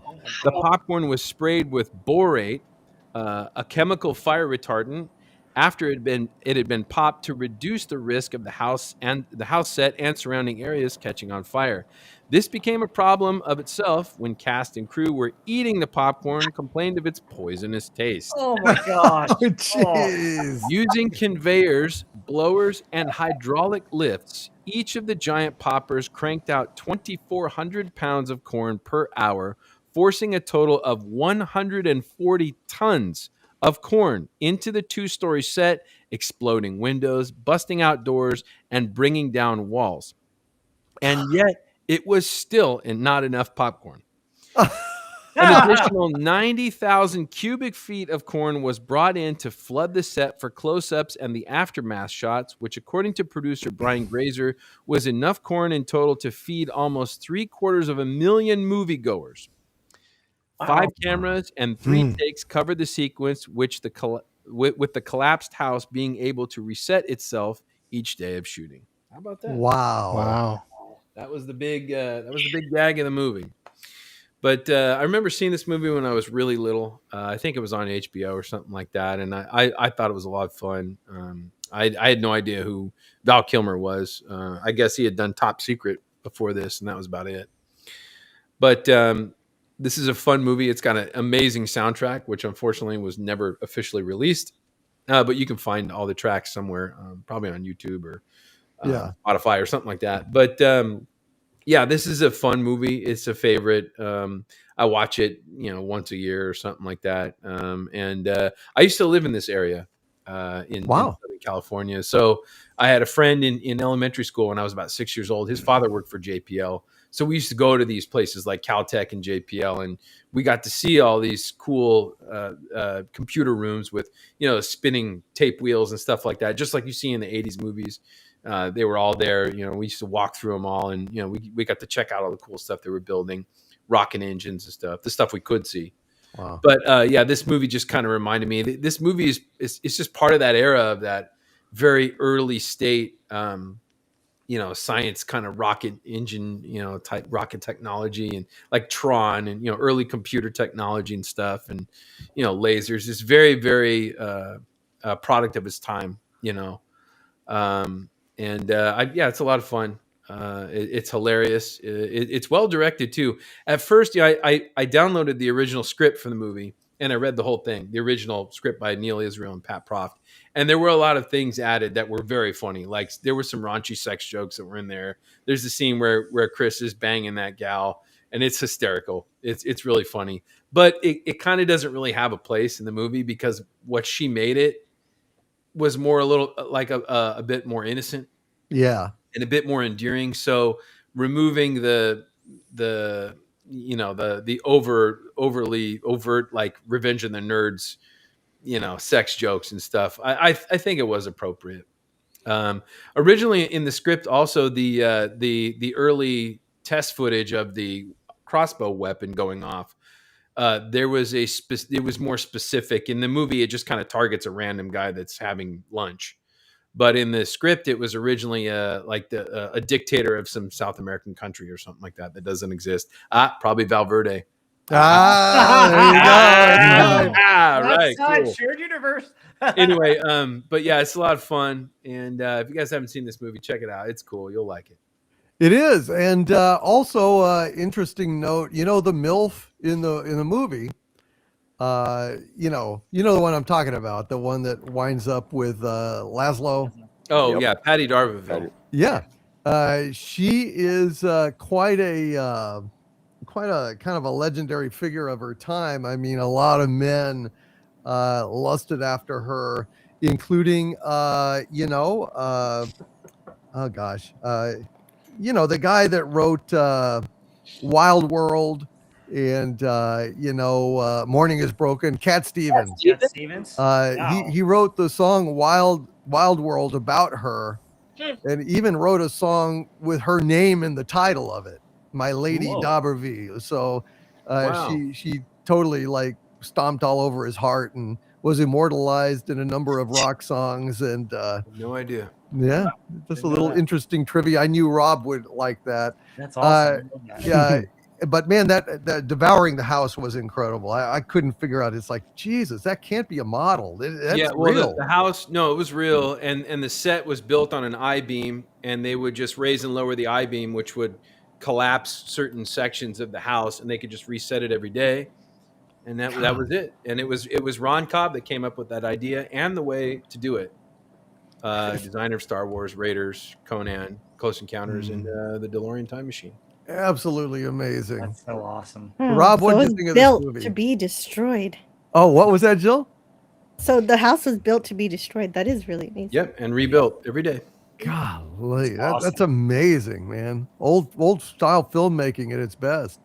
Rob, what do you think? I love this film. It's so much fun. It's just fun to watch. It's one of those that if it's on cable or something, I'll throw it on, and I can come in at any point of the movie, and I'm still glued to it. It's just a lot of fun to watch, and Val Kilmer is just excellent. I mean, one of my favorite lines is, I was thinking about the immortal Socrates when he said, "I drank what?" I always quote.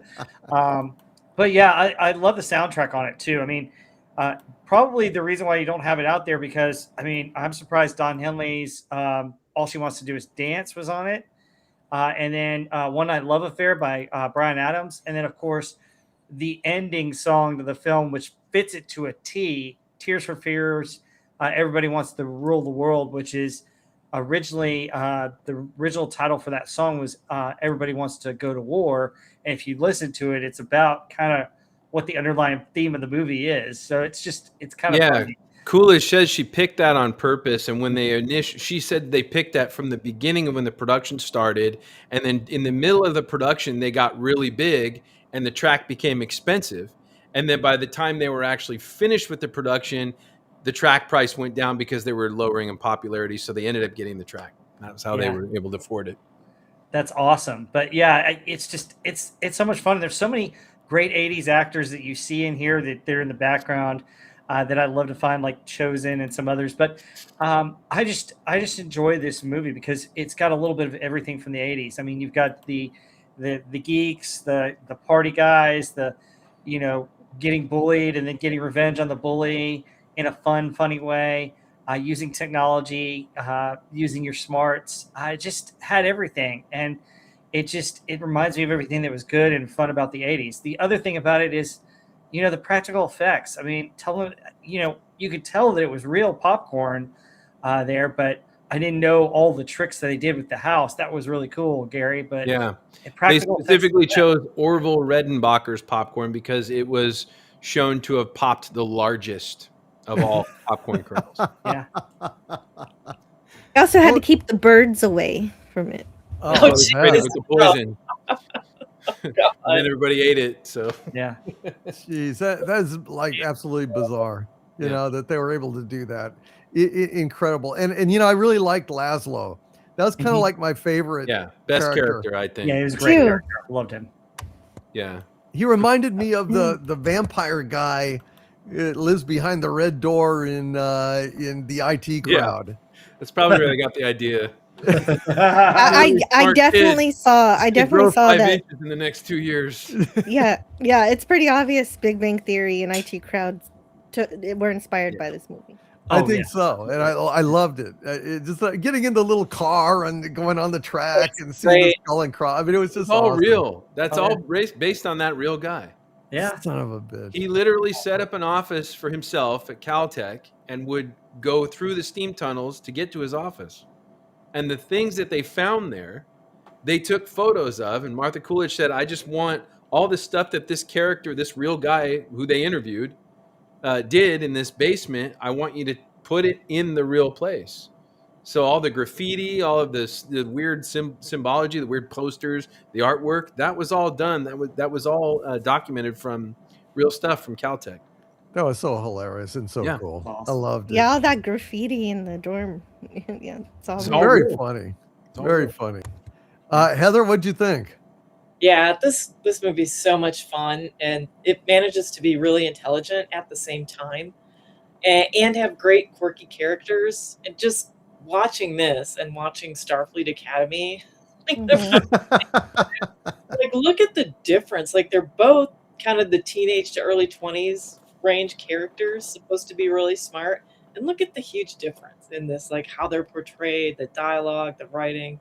It's just such a contrast. But God, anyway, yeah, the stunts they pull off are so much fun. Like you can believe that really smart, creative people could do this kind of goofy stuff, like the ice in the dorm, like bobsledding, or like the water slide, turn that whole auditorium into a beach park, and obviously the popcorn house. That popcorn was such a great payoff too, from the line earlier in the movie where he says, "Oh, I can't stand the smell of popcorn. Yeah, leave it outside." Like it did make that the perfect way to end that movie and blow up the house that way. It was just perfect. Set up and payoff. It was. It really was. It was great. The thing that cracked me up was the lecture auditorium, and the tape is playing and everyone's got their little tape recorder on the seats. So funny. And obviously the guy, going through the closet down, the tunnels and the rail car to get to his secret lair. I was kind of thinking, like, is this how Doomcock gets to the center of the earth, right? A secret similar, not dissimilar. Yeah. Rail car. Yeah, that's pretty cool. But I like that the kids at the end, they realize that they're being taken advantage of, and then they come up with a creative plan to kind of thwart all the powers that be, right? And it's got a message of not weaponizing technology, science, and also like a nonconformist type message. These kids are not like conforming to society, but it's not like in your face preaching. It's a message, and it's buried in a really fun movie, a great time, which is kind of signature 80s, which is so great about it. Totally. And Atherton, I mean, he always plays such a, a prick. I love Peck and Ghostbusters, one of my favorite parts, and in Die Hard. He's good. Did you say he was a nice guy in real life, or? I think, yeah, he was. He's a really brilliant actor too. He was in a movie he's in one of Spielberg's first movies called The Sugarland Express, and he was in a movie called Day of the Locust with Karen Black. And he's really, really brilliant. And when he did Ghostbusters, he got such backlash that he left. He's like, I can't handle this. He went back to Broadway and back to stage. Wow. And then, he started getting these things again, like Real Genius. And then, he worked for a while. So he is actually a decent guy. It's just the problem is every time he walks down the street in New York, they're like, "Hey, Dickless." And he's like, "Thanks a bunch, thank you." Poor bastard. He's so damn good in the role. I mean, yeah, he is. I mean, he's really pompous. He's really fucking pompous. I know. He's terrible to everybody. There's a kid who has a stutter, and he said, I was using the shock therapy, like you said, and he said, increase the voltage. Up the voltage. He does it in such a hoity-toity way, too. I know. You are no longer of any use to me. I love when Chris Knight finishes the test and he has the note, I aced this, and he rips it up, and then he leaves the apple, and he's like, he just throws it away, and Chris knows it's going to happen. And just it's fantastic. Sean, what do you think of this movie? This is one of my favorite movies ever. I mean, if I had to pick a top 3 that we would review, this would be one of them. Wow. It's so good. It's such a part of my teenage years. When I was growing up, I wanted to go to college because I thought that's what this was. Like the way they lived and talked to each other, and they were cool and witty and creative, and they did some important stuff, and it was just really good. The music, the soundtrack is cool. Val Kilmer just killed it. We get the 80s montage, of them studying twice. We get, and it's all good and it's all perfect. And it's like, it's such an iconic piece of movie history. And Val Kilmer really did have comedy chops. I mean, with Top Secret, which is the other movie another movie that I hope we do sometime, because that is so good. I mean, 2 of my favorite movies of all time have Val Kilmer in them, and they're both comedies. And it was so good. All the acting is well done. I can't say enough about this. I mean, I didn't even have to watch this one. I mean, I could recite the script, with the movie. I've seen it so many times. But thank you for picking this one. It's a blast, and if anyone hasn't seen it, just go watch it. Put yourself in 80s mode and have a good time. Amen. Well said. Let's see, Jill, what did you think? You like Great minds. Yeah, no, I love it. It's so good. And great minds think alike, because I had the same thought as Heather. Just the absolute morons in Starfleet Academy cannot hold a candle to this kind of thing. There's real brilliance and wit in this movie. And it is actually hilarious. The jokes actually work, unlike that other thing we reviewed earlier. I didn't know this movie existed, and I just watched it for the first time the other day. Wow. And I just thank you guys so much for choosing it.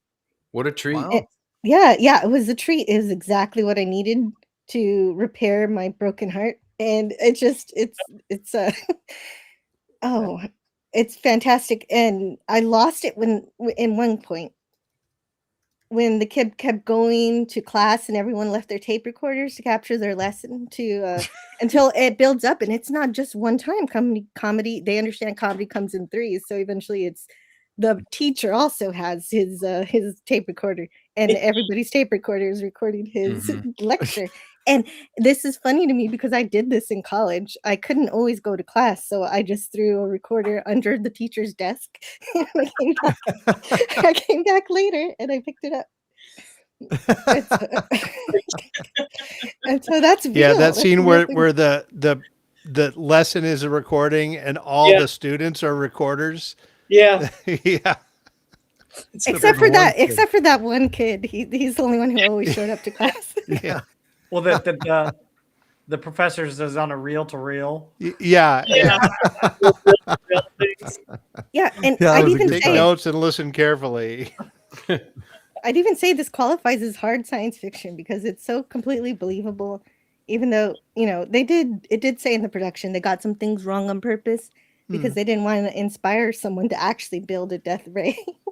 Right. But it was really brilliant because they actually, for the physics dialogue, they hired real science consultants from Caltech and other That's true. universities. One of them worked on the DARPA experiment. Wow. Yep. Wow. And one of my favorite things is the setup. Oh, the setup and payoff with the also great minds with Heather and the popcorn setup. It's just perfect. And the trailer, it had the balloon thing. I also mentioned that. Also, I thought that was kind of funny in the trailer. It made me want to watch the movie. And I was like, where is it in the movie? Apparently, in some re-releases on TV, they put it back in. And so that's why some people think about it a lot. And excuse me. And then of course I love the ice. So also where else do I also have Jordan. Okay, I really like Jordan. She's great. She's a spirit animal of sorts.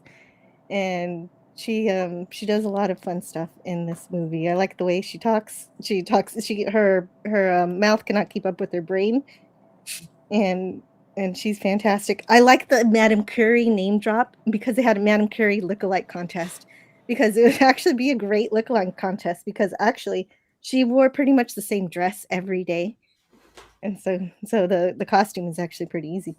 And Laszlo is my favorite character. Every single time he showed up, he was funny. Yeah, I liked Laszlo. He was cool. Yeah, well, how'd you do on the test? How'd I do? I passed, but I failed. Oh, well then I am happy and sad for you. Well, I'm glad that you got to see this for the first time. That is absolutely outstanding, and glad it lifted your spirits after the heartbreak of Starfleet Academy. Yeah, no kidding. Andy, what'd you think? I wish this hadn't been released so close to Weird Science, because Kelly LeBrock just overshadowed everything.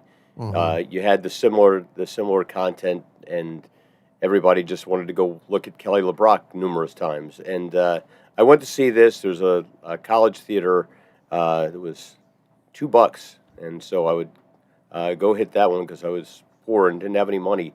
And I got to see some really good movies. And I was a big fan of Top Secret. I love Top Secret. It's hysterical.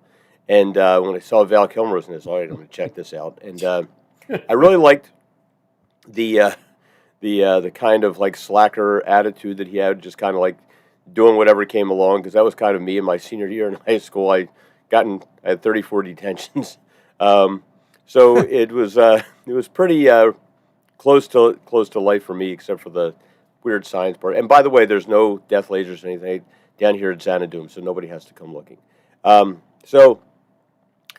think the characters, I really loved seeing Laszlo, because he was in Monster Squad. He's the werewolf in Monster Squad. He's the werewolf henchman in Fright Night 2. Of course, he's Uncle Rico, and he's you got this one, and he's been in a few other things, and he's just one of these guys where you say, hey, it's that guy again. And everything that he does, he's just kind of got this understated kind of thing. It was nice to see Kent. The last time we saw him was in, or before this was in Bachelor Party, where he was the snotty guy with the Porsche, and he goes to kiss the girl, and somebody's ass falls through the sunroof on him, and so lots and lots of cameos there. If you watch some '80s movies, and Deborah Foreman from Valley Girl was one of her few appearances. I don't think she did a whole lot in Hollywood after that. She was kind of adorable, but in this she's really kind of like. Then you see her banging the professor. It's kind of like a little throwback there to Animal House with Karen Allen and Donald Sutherland there. Right. But yeah, this is it's a lot of fun. The twists and the turns, and all the people trying to get ahead and get this thing done regardless. And the one guy that had a conscience, we'll have to eliminate him. Don't you mean fire him? Yeah, like that. But it's a lot of fun. It's one of those lighthearted 80s movies. Once Gary said to me about how raunchy the original script was, I could definitely see where that framework was underneath there. It's where they could have popped in all these jokes and all those raunchy topless scenes. What could have been? Yeah, there was a lot of stuff cut out of the pool party, the Wander Trossler School of Beauty party. There was a lot of stuff cut out, and it was funny. I'm glad it was, though. Really It didn't need that stuff. No, it didn't, but it was still funny, Yeah. It was a good choice to cut it out, but It's what director's cuts are for. Yeah. Yeah. Well, I always want more nudity and raunchy stuff. So, Yeah, I mean, it's always a sin in my book. But I understand. I mean, they were going for a particular tone and they hit it. But gosh, shit. Some of Yeah, those and the hot sex they chicks- did put it in it had heart. But yeah, I wouldn't have minded. Yeah. Hey, I've got a screenshot of the balloon scene that was cut. Oh, okay. There you go. Let's see. Yeah.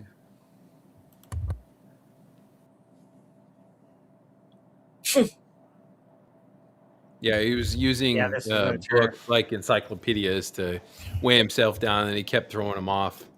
Yeah. Like a hot air balloon. Yeah. Yeah. Originally, it was the idea that Chris was the reason that Chris was slacking off so much is because he was kind of on to what Dr. Hathaway was doing. And that kind of ruined the story because it was really the character arc of Laszlo, who tells him after he finally, succeeds in building this weapon, he tells him that, well, what if they already had a purpose for it? So that's kind of why this angle was a lot of these scenes were cut when he was slacking and doing these weird oddball things because he was already going down the path that Laszlo went down. And it kind of gave away the character arc. You know what I mean? So she reduced Martha Coolidge reduced a lot of that in the script. I mean, there was even a scene where Chris Knight is consoling Mitch in the dorm when it's right after they pull the prank on him with the the phone call. They play the tape phone call with him. He's crying to his mom about going home, and Mitch is explaining to him why he's slacking off because he didn't want to be developing something that would be used for war. He couldn't handle the pressure. So that was cut because he's not supposed to discover that until the end. Yeah. Right. Which is a good decision because that's pivotal to the story that he doesn't know until the end. Yeah, no, that makes perfect sense. Yeah. It would have been a giveaway. That's That the only makes ending sense. they had. And it allows for all the hijinks they wanted to have. And then when things did get serious, he did buckle down and get to work. Yeah, exactly. He even dresses well, except for the slippers. For the slippers. The bunny slippers. Yeah, exactly. All right, let's go ahead and get to the rest of our super chats here. Well, we can. Let's see if things will respond here. It's been a weird night. Technically. Super chance, mofo.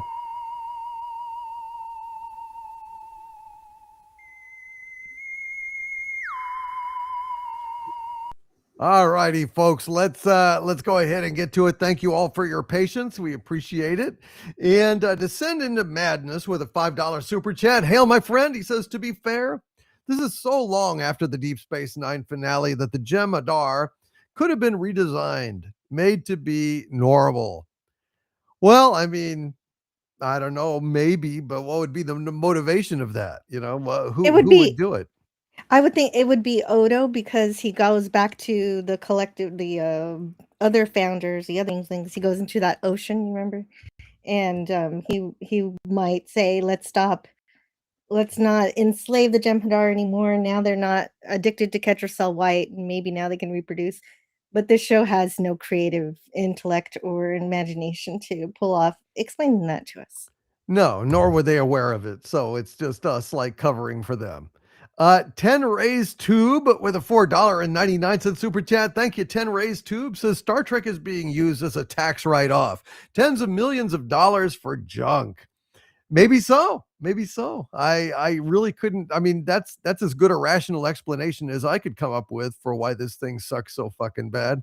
The Zillaman 89 has been a channel member 62 months at the Dumentite level. Hail to you, Dixon Cider, the Zillaman 89, aka. He says, hail and good evening. Glad Christmas gifts were to your liking. Trying to purchase an 85 Trans Am convertible. Wish me luck. Good luck, Dixon Cider. Dixon will be ever more insider when he gets an 85 Trans Am convertible. That's fantastic. That's fantastic. The Zillaman 85. Holy shit, dude. Well done. Want to see it. I want to see it. Casey's Creepy Creations has been a channel member 68 months at the Archvillain level. Hail, Casey. He says, thanks for 68 great months. I may not be able to give much, but please know you're always loved. Hey, love you too, Casey. I've been meaning to write back to you. These last few days have been very tough, but I will be getting back in touch with you and reply to your email you sent me. Love you, Casey. Yep, love you, Casey's Creepy Creations, and please subscribe to Casey's Creepy Creations as well. He is funny. And thank you to Orville Nation, who is laughing and saying, Doomy made a funny. Thank you. Thank you very much, PJ. It's great to see you. I'm glad I was able to make you laugh, my friend. I've got to get in touch with you.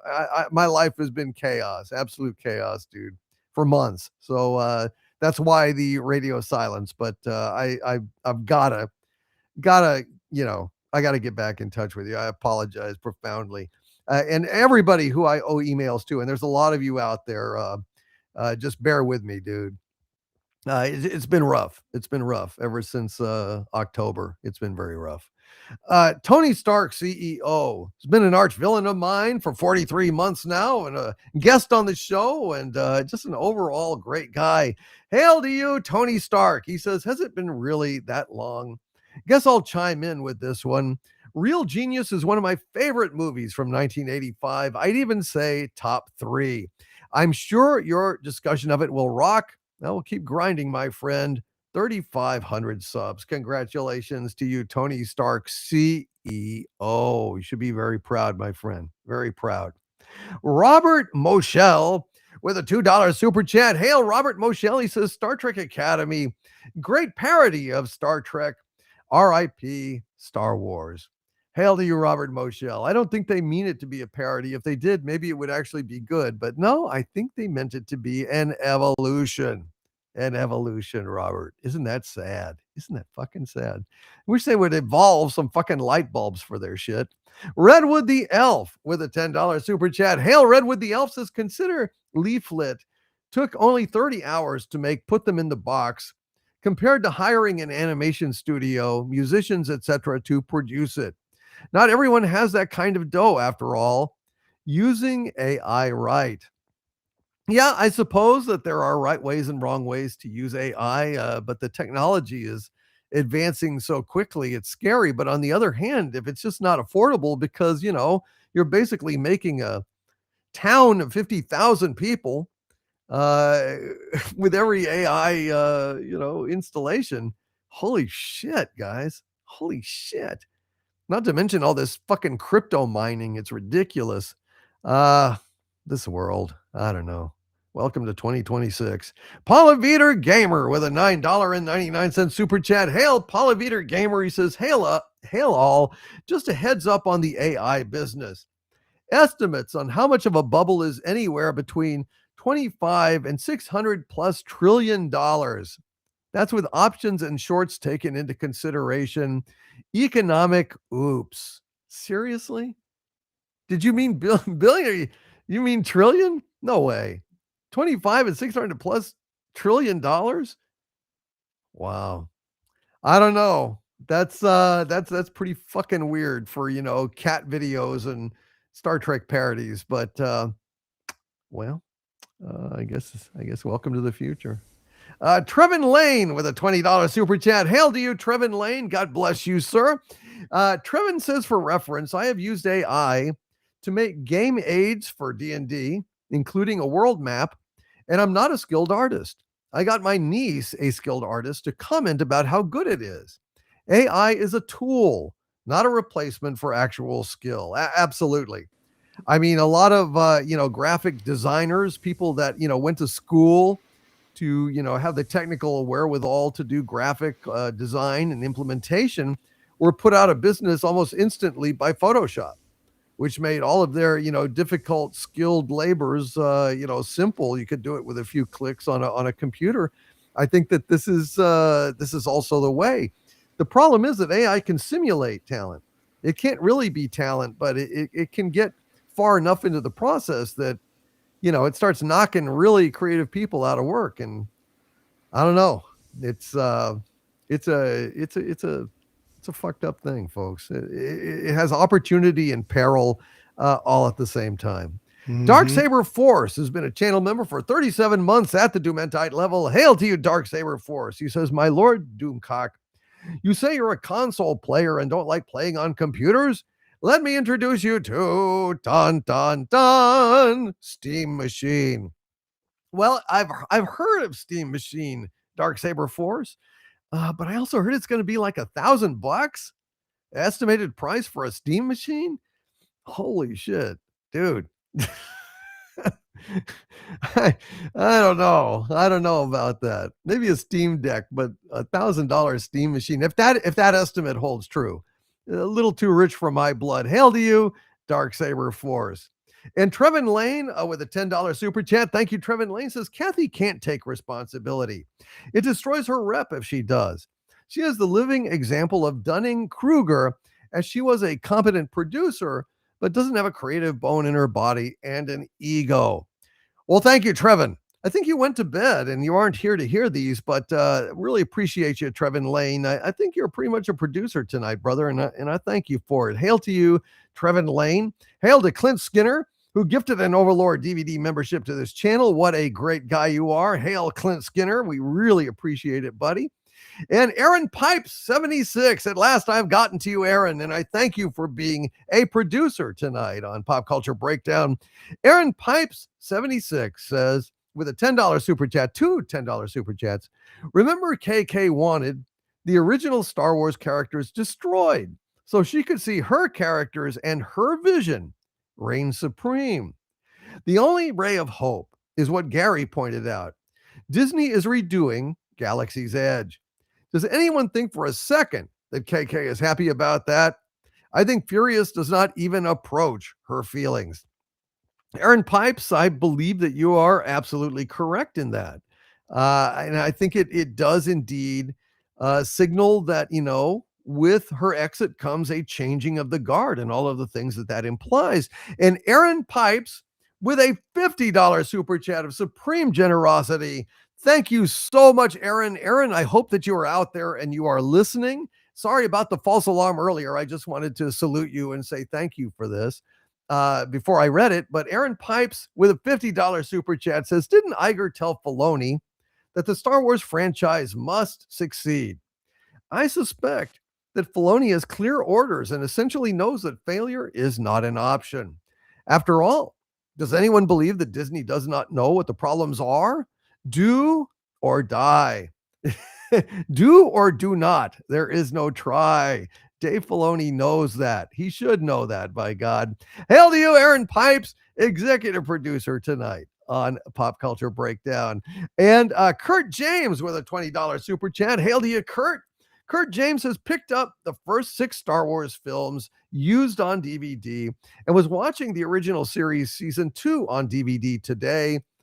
did watch the first episode of Starfleet Academy, but doesn't compare to the original series. Not expecting much from Mando and Grogu. Hey, Kurt, thank you so much for this super chat, brother, and all that you do for the channel. And yeah, no, listen, the original series is, for me, the best Trek that there is. And unfortunately, just from the trailer, I'm not expecting much from Mando and Grogu, but who knows? Maybe they just didn't show us the best stuff that's in the movie. I'm hopeful that it'll be good. I don't expect it to be good based on the trailer, but I still really have a lot of respect for Jon Favreau, and I don't know. I really hope that somehow they can put the pieces back together and maybe he can have his vision for Star Wars redeemed that was cut off at the knees by KK and her cronies.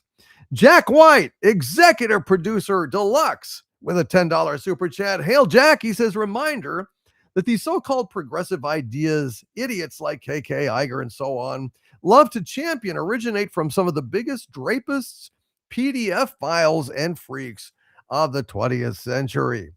Yeah, no, you have absolutely pointed that out in the past, Jack, and you do well to do it. It's absolutely true.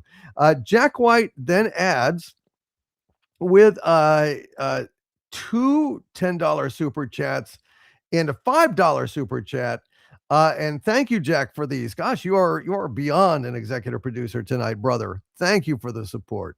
Jack White says people like John Money, who is the originator of modern gender theory and was a PDF file who abused his test subject to prove his gender theory, and that boy's brother.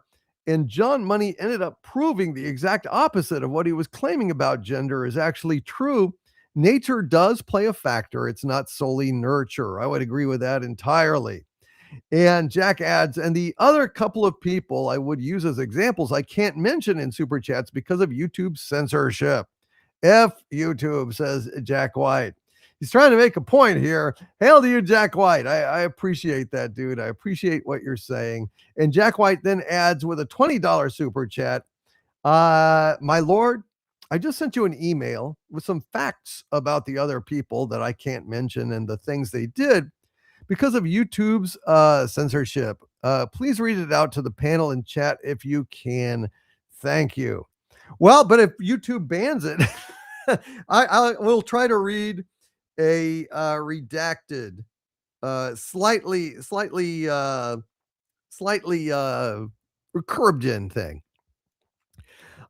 Simone de Beauvoir, a manly looking woman, was attracted to, let's say, youth and was a Marxist and abused her position as a professor to force her female students to, shall we say, have self-knowledge in front of her and sexual relations with her.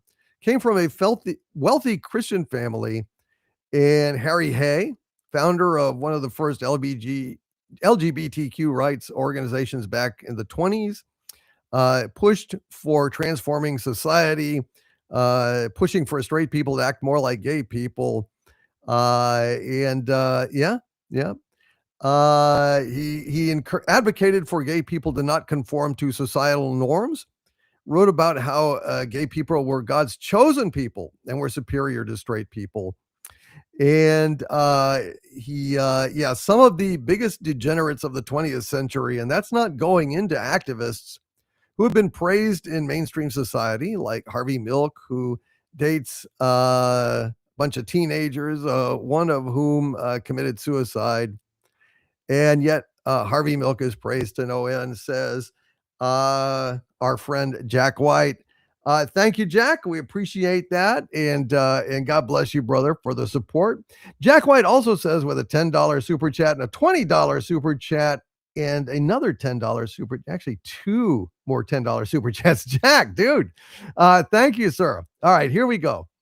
He says, my lord, movies we love segments for LA Confidential, Batman Begins, the original Spider-Man, X-Men and X2 and X-Men Days of Future Past, The Enforcer, Dirty Harry the Enforcer, the other one is Humphrey Bogart, The Sound of Freedom, Thunderball, The Godfather 1 and 2, The Fugitive, Man on Fire, Deja Vu, The Prestige, Inside Man, American Gangster, Enemy of the State, Ray, The Hurricane, Antoine Fisher, Argo, Beirut, Blade, Patriot Games, Clear and Present Danger, Death Wish, JFK, When. He then also adds, as I said, a $10 super chat, a $20 super chat, another $10 super, actually two $10 super chats. He says, also movie we love segments for The Firm, The Client, Kill the Messenger, Casino, Ocean's 11, The Martian, All Through the Night, Apollo 13, good movie, Beverly Hills Cop. I think we've done Beverly Hills Cop. Catch Me If You Can, The Dead Zone, Dark Passage, The Big Sleep. The Big Sleep. Mr. Smith Goes to Washington, The Departed, Rain Man, Anatomy of a Murder, The Star Chamber, The Ghost Rider, Dread, Frantic, The Lincoln Lawyer. Oh, yeah, Matthew McConaughey. Logan, I saw that. Iron Man, Captain America, The First Avenger. And then he adds with another $20 super chat, Akira, Ghost in the Shell, Castle in the Sky, Princess Mononoke, Howl's Moving Castle, Spirited Away, Your Name, Weathering with You, The Boy and the Heron, a bunch of Miyazaki movies, anime, folks, for those of you who don't know. The Boy and the Beast, The Girl Who Leapt Through Time.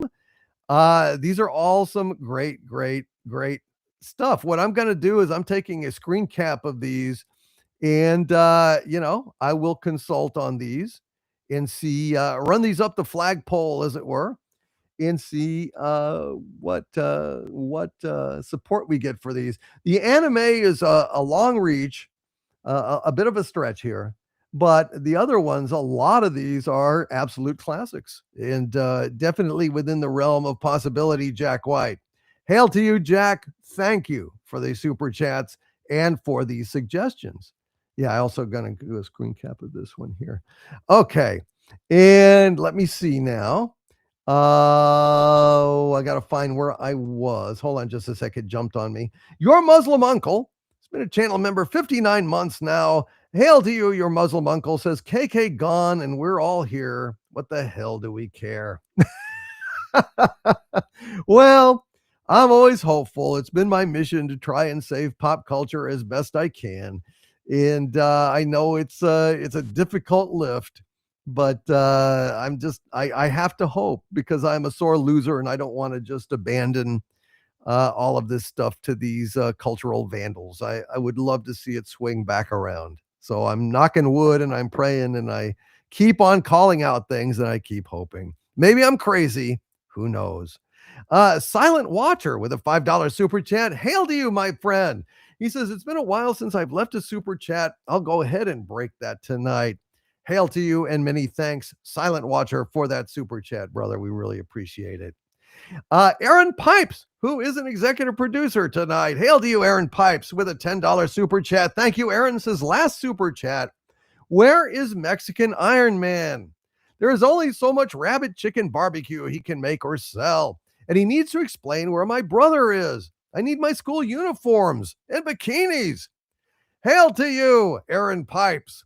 Well, Mexican Iron Man, as I have said, he needed to tend to business, tax season. He needed to tend to his family, his son, and he's just a really busy guy. But I tell you what, and if you see him around, tell him this, and I tell him he's always welcome. He's welcome to come back anytime he wants. The door is open. I'm keeping the light on for him. He's a dear friend. We all love him here at the center of the earth, and we would love Mexican Iron Man to return to the panel. Who knows? Perhaps he will someday. Shoot, I'll send him an email. Just check with him yet again. I hope he knows, I'm sure he does, that the door is always open for Mexican Iron Man. And the Comic Relief Crusader. It's been a channel member 31 months at the Doom and Tide level. Hail to you, the Comic Relief Crusader. We really appreciate you being here. And God bless you, my friend. Did you watch Starfleet Academy? What did you think about it? All right. Jack White, supreme executive producer here on Pop Culture Breakdown. I captured all those movie suggestions, and we will go ahead and see if we can't line up a few of those for you, buddy, as well, like we have in the past. And all right, let's go ahead now and say goodnight to all of our panelists here. I think it's been a really, really good show, and I enjoyed the discussion about Filoni and stuff. It's tough to know, you know. It's really tough to know what's going to happen in the future, but I think it was an interesting speculation. Gary, thank you for all of your amazing shit that you did tonight, all of your notes that you managed to dredge up on Real Genius, and just for being generally awesome and amazing. Thank you for being here, buddy. Anything you would like to say to these good folks? Just thanks, guys, for being here on Wednesday night, middle of the week. We know that you guys have a choice in where you can be, and we are absolutely thrilled that you choose to be here with us because, unlike you guys, I don't have a choice. So hail to you. We love you, all of you. Hail to the wrenches, hail to the chat, and we'll see you next week. Absolutely. And Comic Relief Crusader says his message didn't go into his milestone chat. Dang it. Well, just go ahead and pop it in the regular chat and I'll read it as if it were. Okay. We don't want to let you down. Rob, go ahead and plug away. Rob writes Gen X Pop Culture. And by the way, Gary Ambrosia does have a channel as well. Please post the link to that and subscribe to Gary's channel. He's too shy to blow his own horn, so we're blowing it for him. He deserves it. Yes, go ahead, definitely Rob. subscribe to Gary. He's got some great videos. Absolutely. And speaking of it, I've got my channel, and last week we did the Hits of 77. It was a lot of fun with Heather L. and Agent Pepsi 1 and Stark of Iron, so check that out. I've also done some Star Wars reaction to these wonderful AI videos. There's one that I dropped today, and there's another one that's dropping on Friday, and then another one on Monday. So check those out on my channel. I might do a video this weekend. I'm probably going to take a week off of streaming, just take a break, and then whoever knows what's going to happen with the weather over here. But stay tuned because this upcoming month, Heather and I will be back with another episode of The Pacific, and then we'll do 1978 next month. So that's what's coming up on my channel. All right. Thank you very much. Rob writes Gen X Pop Culture. Please subscribe to him. And the Comic Relief Crusader says Alberta is soon to be a new republic, and I will put out its first comic. So that was his channel member milestone chat there. Sorry it didn't attach. I don't know. Maybe it's anti-Alberta Republic sentiment. Who knows? Maybe there's subversives out there. Hey, Gremlins. Yeah. Real quick, sorry to interrupt. Michael Johnson in the chat had asked earlier about some prayers and maybe putting in a link for a GoFundMe for his daughter. I believe she's having some trouble, so maybe the wrenches could maybe get that link from Michael. Well, absolutely. Some prayers for Michael Johnson's daughter.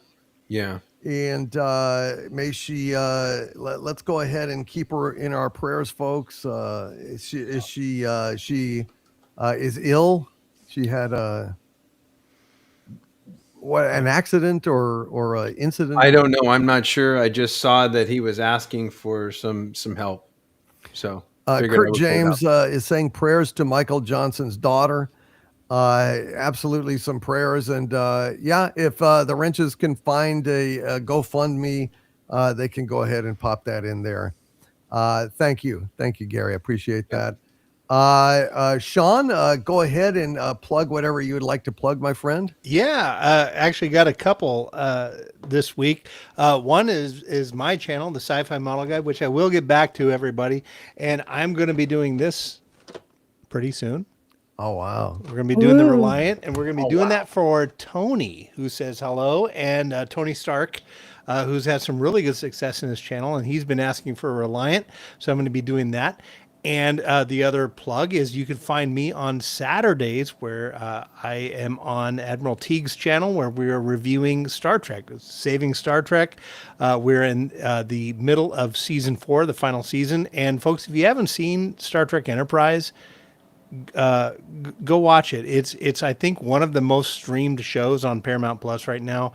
It got a lot of hate, but it's actually pretty damn good. So we're in the middle of that, and we're doing some fun stuff. So accept no substitutes. Everyone, go check us out and enjoy us over there. All right. Thank you very much, Sean. We appreciate you, buddy. And let's see. Anti-Derivative Jill has a channel. Jill, go ahead and plug away. I do have a channel. So thank you so much for having me on. First of all, I wanted to give some bonus notes I didn't get to for Starfleet Academy. Just the Doctor replays the joke from Voyager where there was a crisis. He asked for a tricorder in Voyager, but the non-medical crew hand him a regular tricorder. So he says medical tricorder. But the difference here in Starfleet Academy is they're in sick bay or the infirmary and they have actual nurses helping him. So apparently his medical staff are just as dumb as the lady who eats her comm badge. So whereas we have this amazing line from Jordan where she's hanging out, obliviously conversing in the men's room in Real Genius, which is way more funny. I never sleep. I don't know why. I had a roommate and I drove her nuts. I mean, really nuts. They had to take her away in an ambulance and everything, but she's okay now. But she had to transfer to an easier school. But I don't know if that really had anything to do with being my fault. But listen, if you ever need to talk or you need help studying, just let me know. Because I'm just a couple doors down from you guys and I never sleep, okay? And this is while this kid is trying to pee. You're right. Yeah. And everything. And it was really fun hanging out with you guys. I love talking about thoughtful and meaningful science fiction on my channel. I stream on Tuesdays and Fridays at 11 a.m. Central and maybe some other times too, just whenever I'd like to have fun. And, you know, that's all I'm doing is I like to hang out and just look up Anti-Derivative Jill. And you're all invited there, and we'll talk about some fun stuff. Absolutely, and I will be coming on at some point to talk about Twilight Zone. So we're trying to coordinate it, but at some point I will be coming on Jill's show to talk about Twilight Zone, which I love. Thank you, Jill, for being here. You're And welcome. Andy, go ahead and plug away. I have a brand new pair of roller skates. It's not doing me very much good in all the snow we're going to get on Sunday. So, but Oh, God. anyway, everyone be safe. The weather's being nasty out there. Try and stay warm and stock up on your stuff. And don't wait till the last minute because supermarkets do run out of crap. Have a great day, everyone. Thank you for being with us, and we'll see you next week. Yeah, absolutely, Andy. Hope everybody will stay safe. This is just fucking hell, you know, really. Heather, go ahead and say goodnight to the lovely folks out there. Yeah, thank you so much, Doomcock, for having me on. This was a blast. As always, good night, chat. Always great seeing you guys here, hanging out with you, and hope to see you all in the chat on Friday night or back here on Wednesday. Thank you very much, Heather L. And I'm glad you survived with minimal damage watching Starfleet Academy. I'm glad we all did, except Doug. He's looking pretty ragged, poor bastard. He was not doing well. Hope he feels better. God, yeah, hope he feels better for sure. It was really great to come and hang out with us for sure. All right, let's see. A couple more super chats came in real quick. Jack White, Supreme Executive Producer Deluxe, with a $10 super chat and a $5 super chat, 2 in a row, says Paterna inverted, the place promised in our early days, the children who chase lost voices, My Neighbor Totoro, Mike. Oh, I love My Neighbor Totoro. That's a classic. Michael Clayton, The Aviator, Bridge of Spies, Ready Player One, The Andromeda Strain. I hope you're talking about the original one because that's an awesome movie, The Andromeda Strain.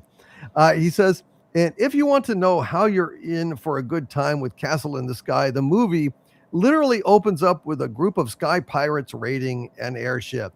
Yeah, no, I've seen Castle in the Sky. I have. And I liked it a lot. I love Miyazaki's stuff. I've seen a lot of his movies. Not all of them, but a lot of them. Herc 130 has been an arch villain of mine for 57 months now. Hail to you, Herc 130. He says, I love the chat and the panel. All hail Overlord DVD. Salute. Salute to you, Herc. You've been an arch villain a long time and a member of the community even longer. God bless you, Herc 130, man. Hope to see you on Friday. And Jack White with a $20 super chat and a $10 super chat. Holy shit. He's like almost a double executive producer at this point. God bless you, Jack. He is, listen to him. He knows about manga and anime, and he says, light novel series recommendations. Our Last Crusade or The Rise of a New World, 86, banished from the hero's party, I decided to live a quiet life in the countryside. Private tutor to the Duke's daughter. God's Games We Play. The strange adventure of a broke mercenary. My friend's little sister has it in for me. The hero and the sage reincarnated and engaged. Jack, thank you so much. Thank you to everyone out there in the chat. Thanks to all of the panel. Thanks to all of my amazing wrenches who do such an amazing job here tonight.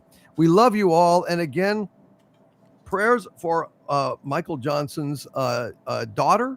May she pull through this. And if the wrenches found a link to the GoFundMe, go ahead and post that. I want to thank you all. Hope to see you on Friday. Hopefully, we will all hunker down for this ice storm that's coming. I hope everybody is going to be safe and well provisioned. And take care, folks. It's not a fun situation. Let's just hope everybody on the panel, everyone out in the chat is going to be okay.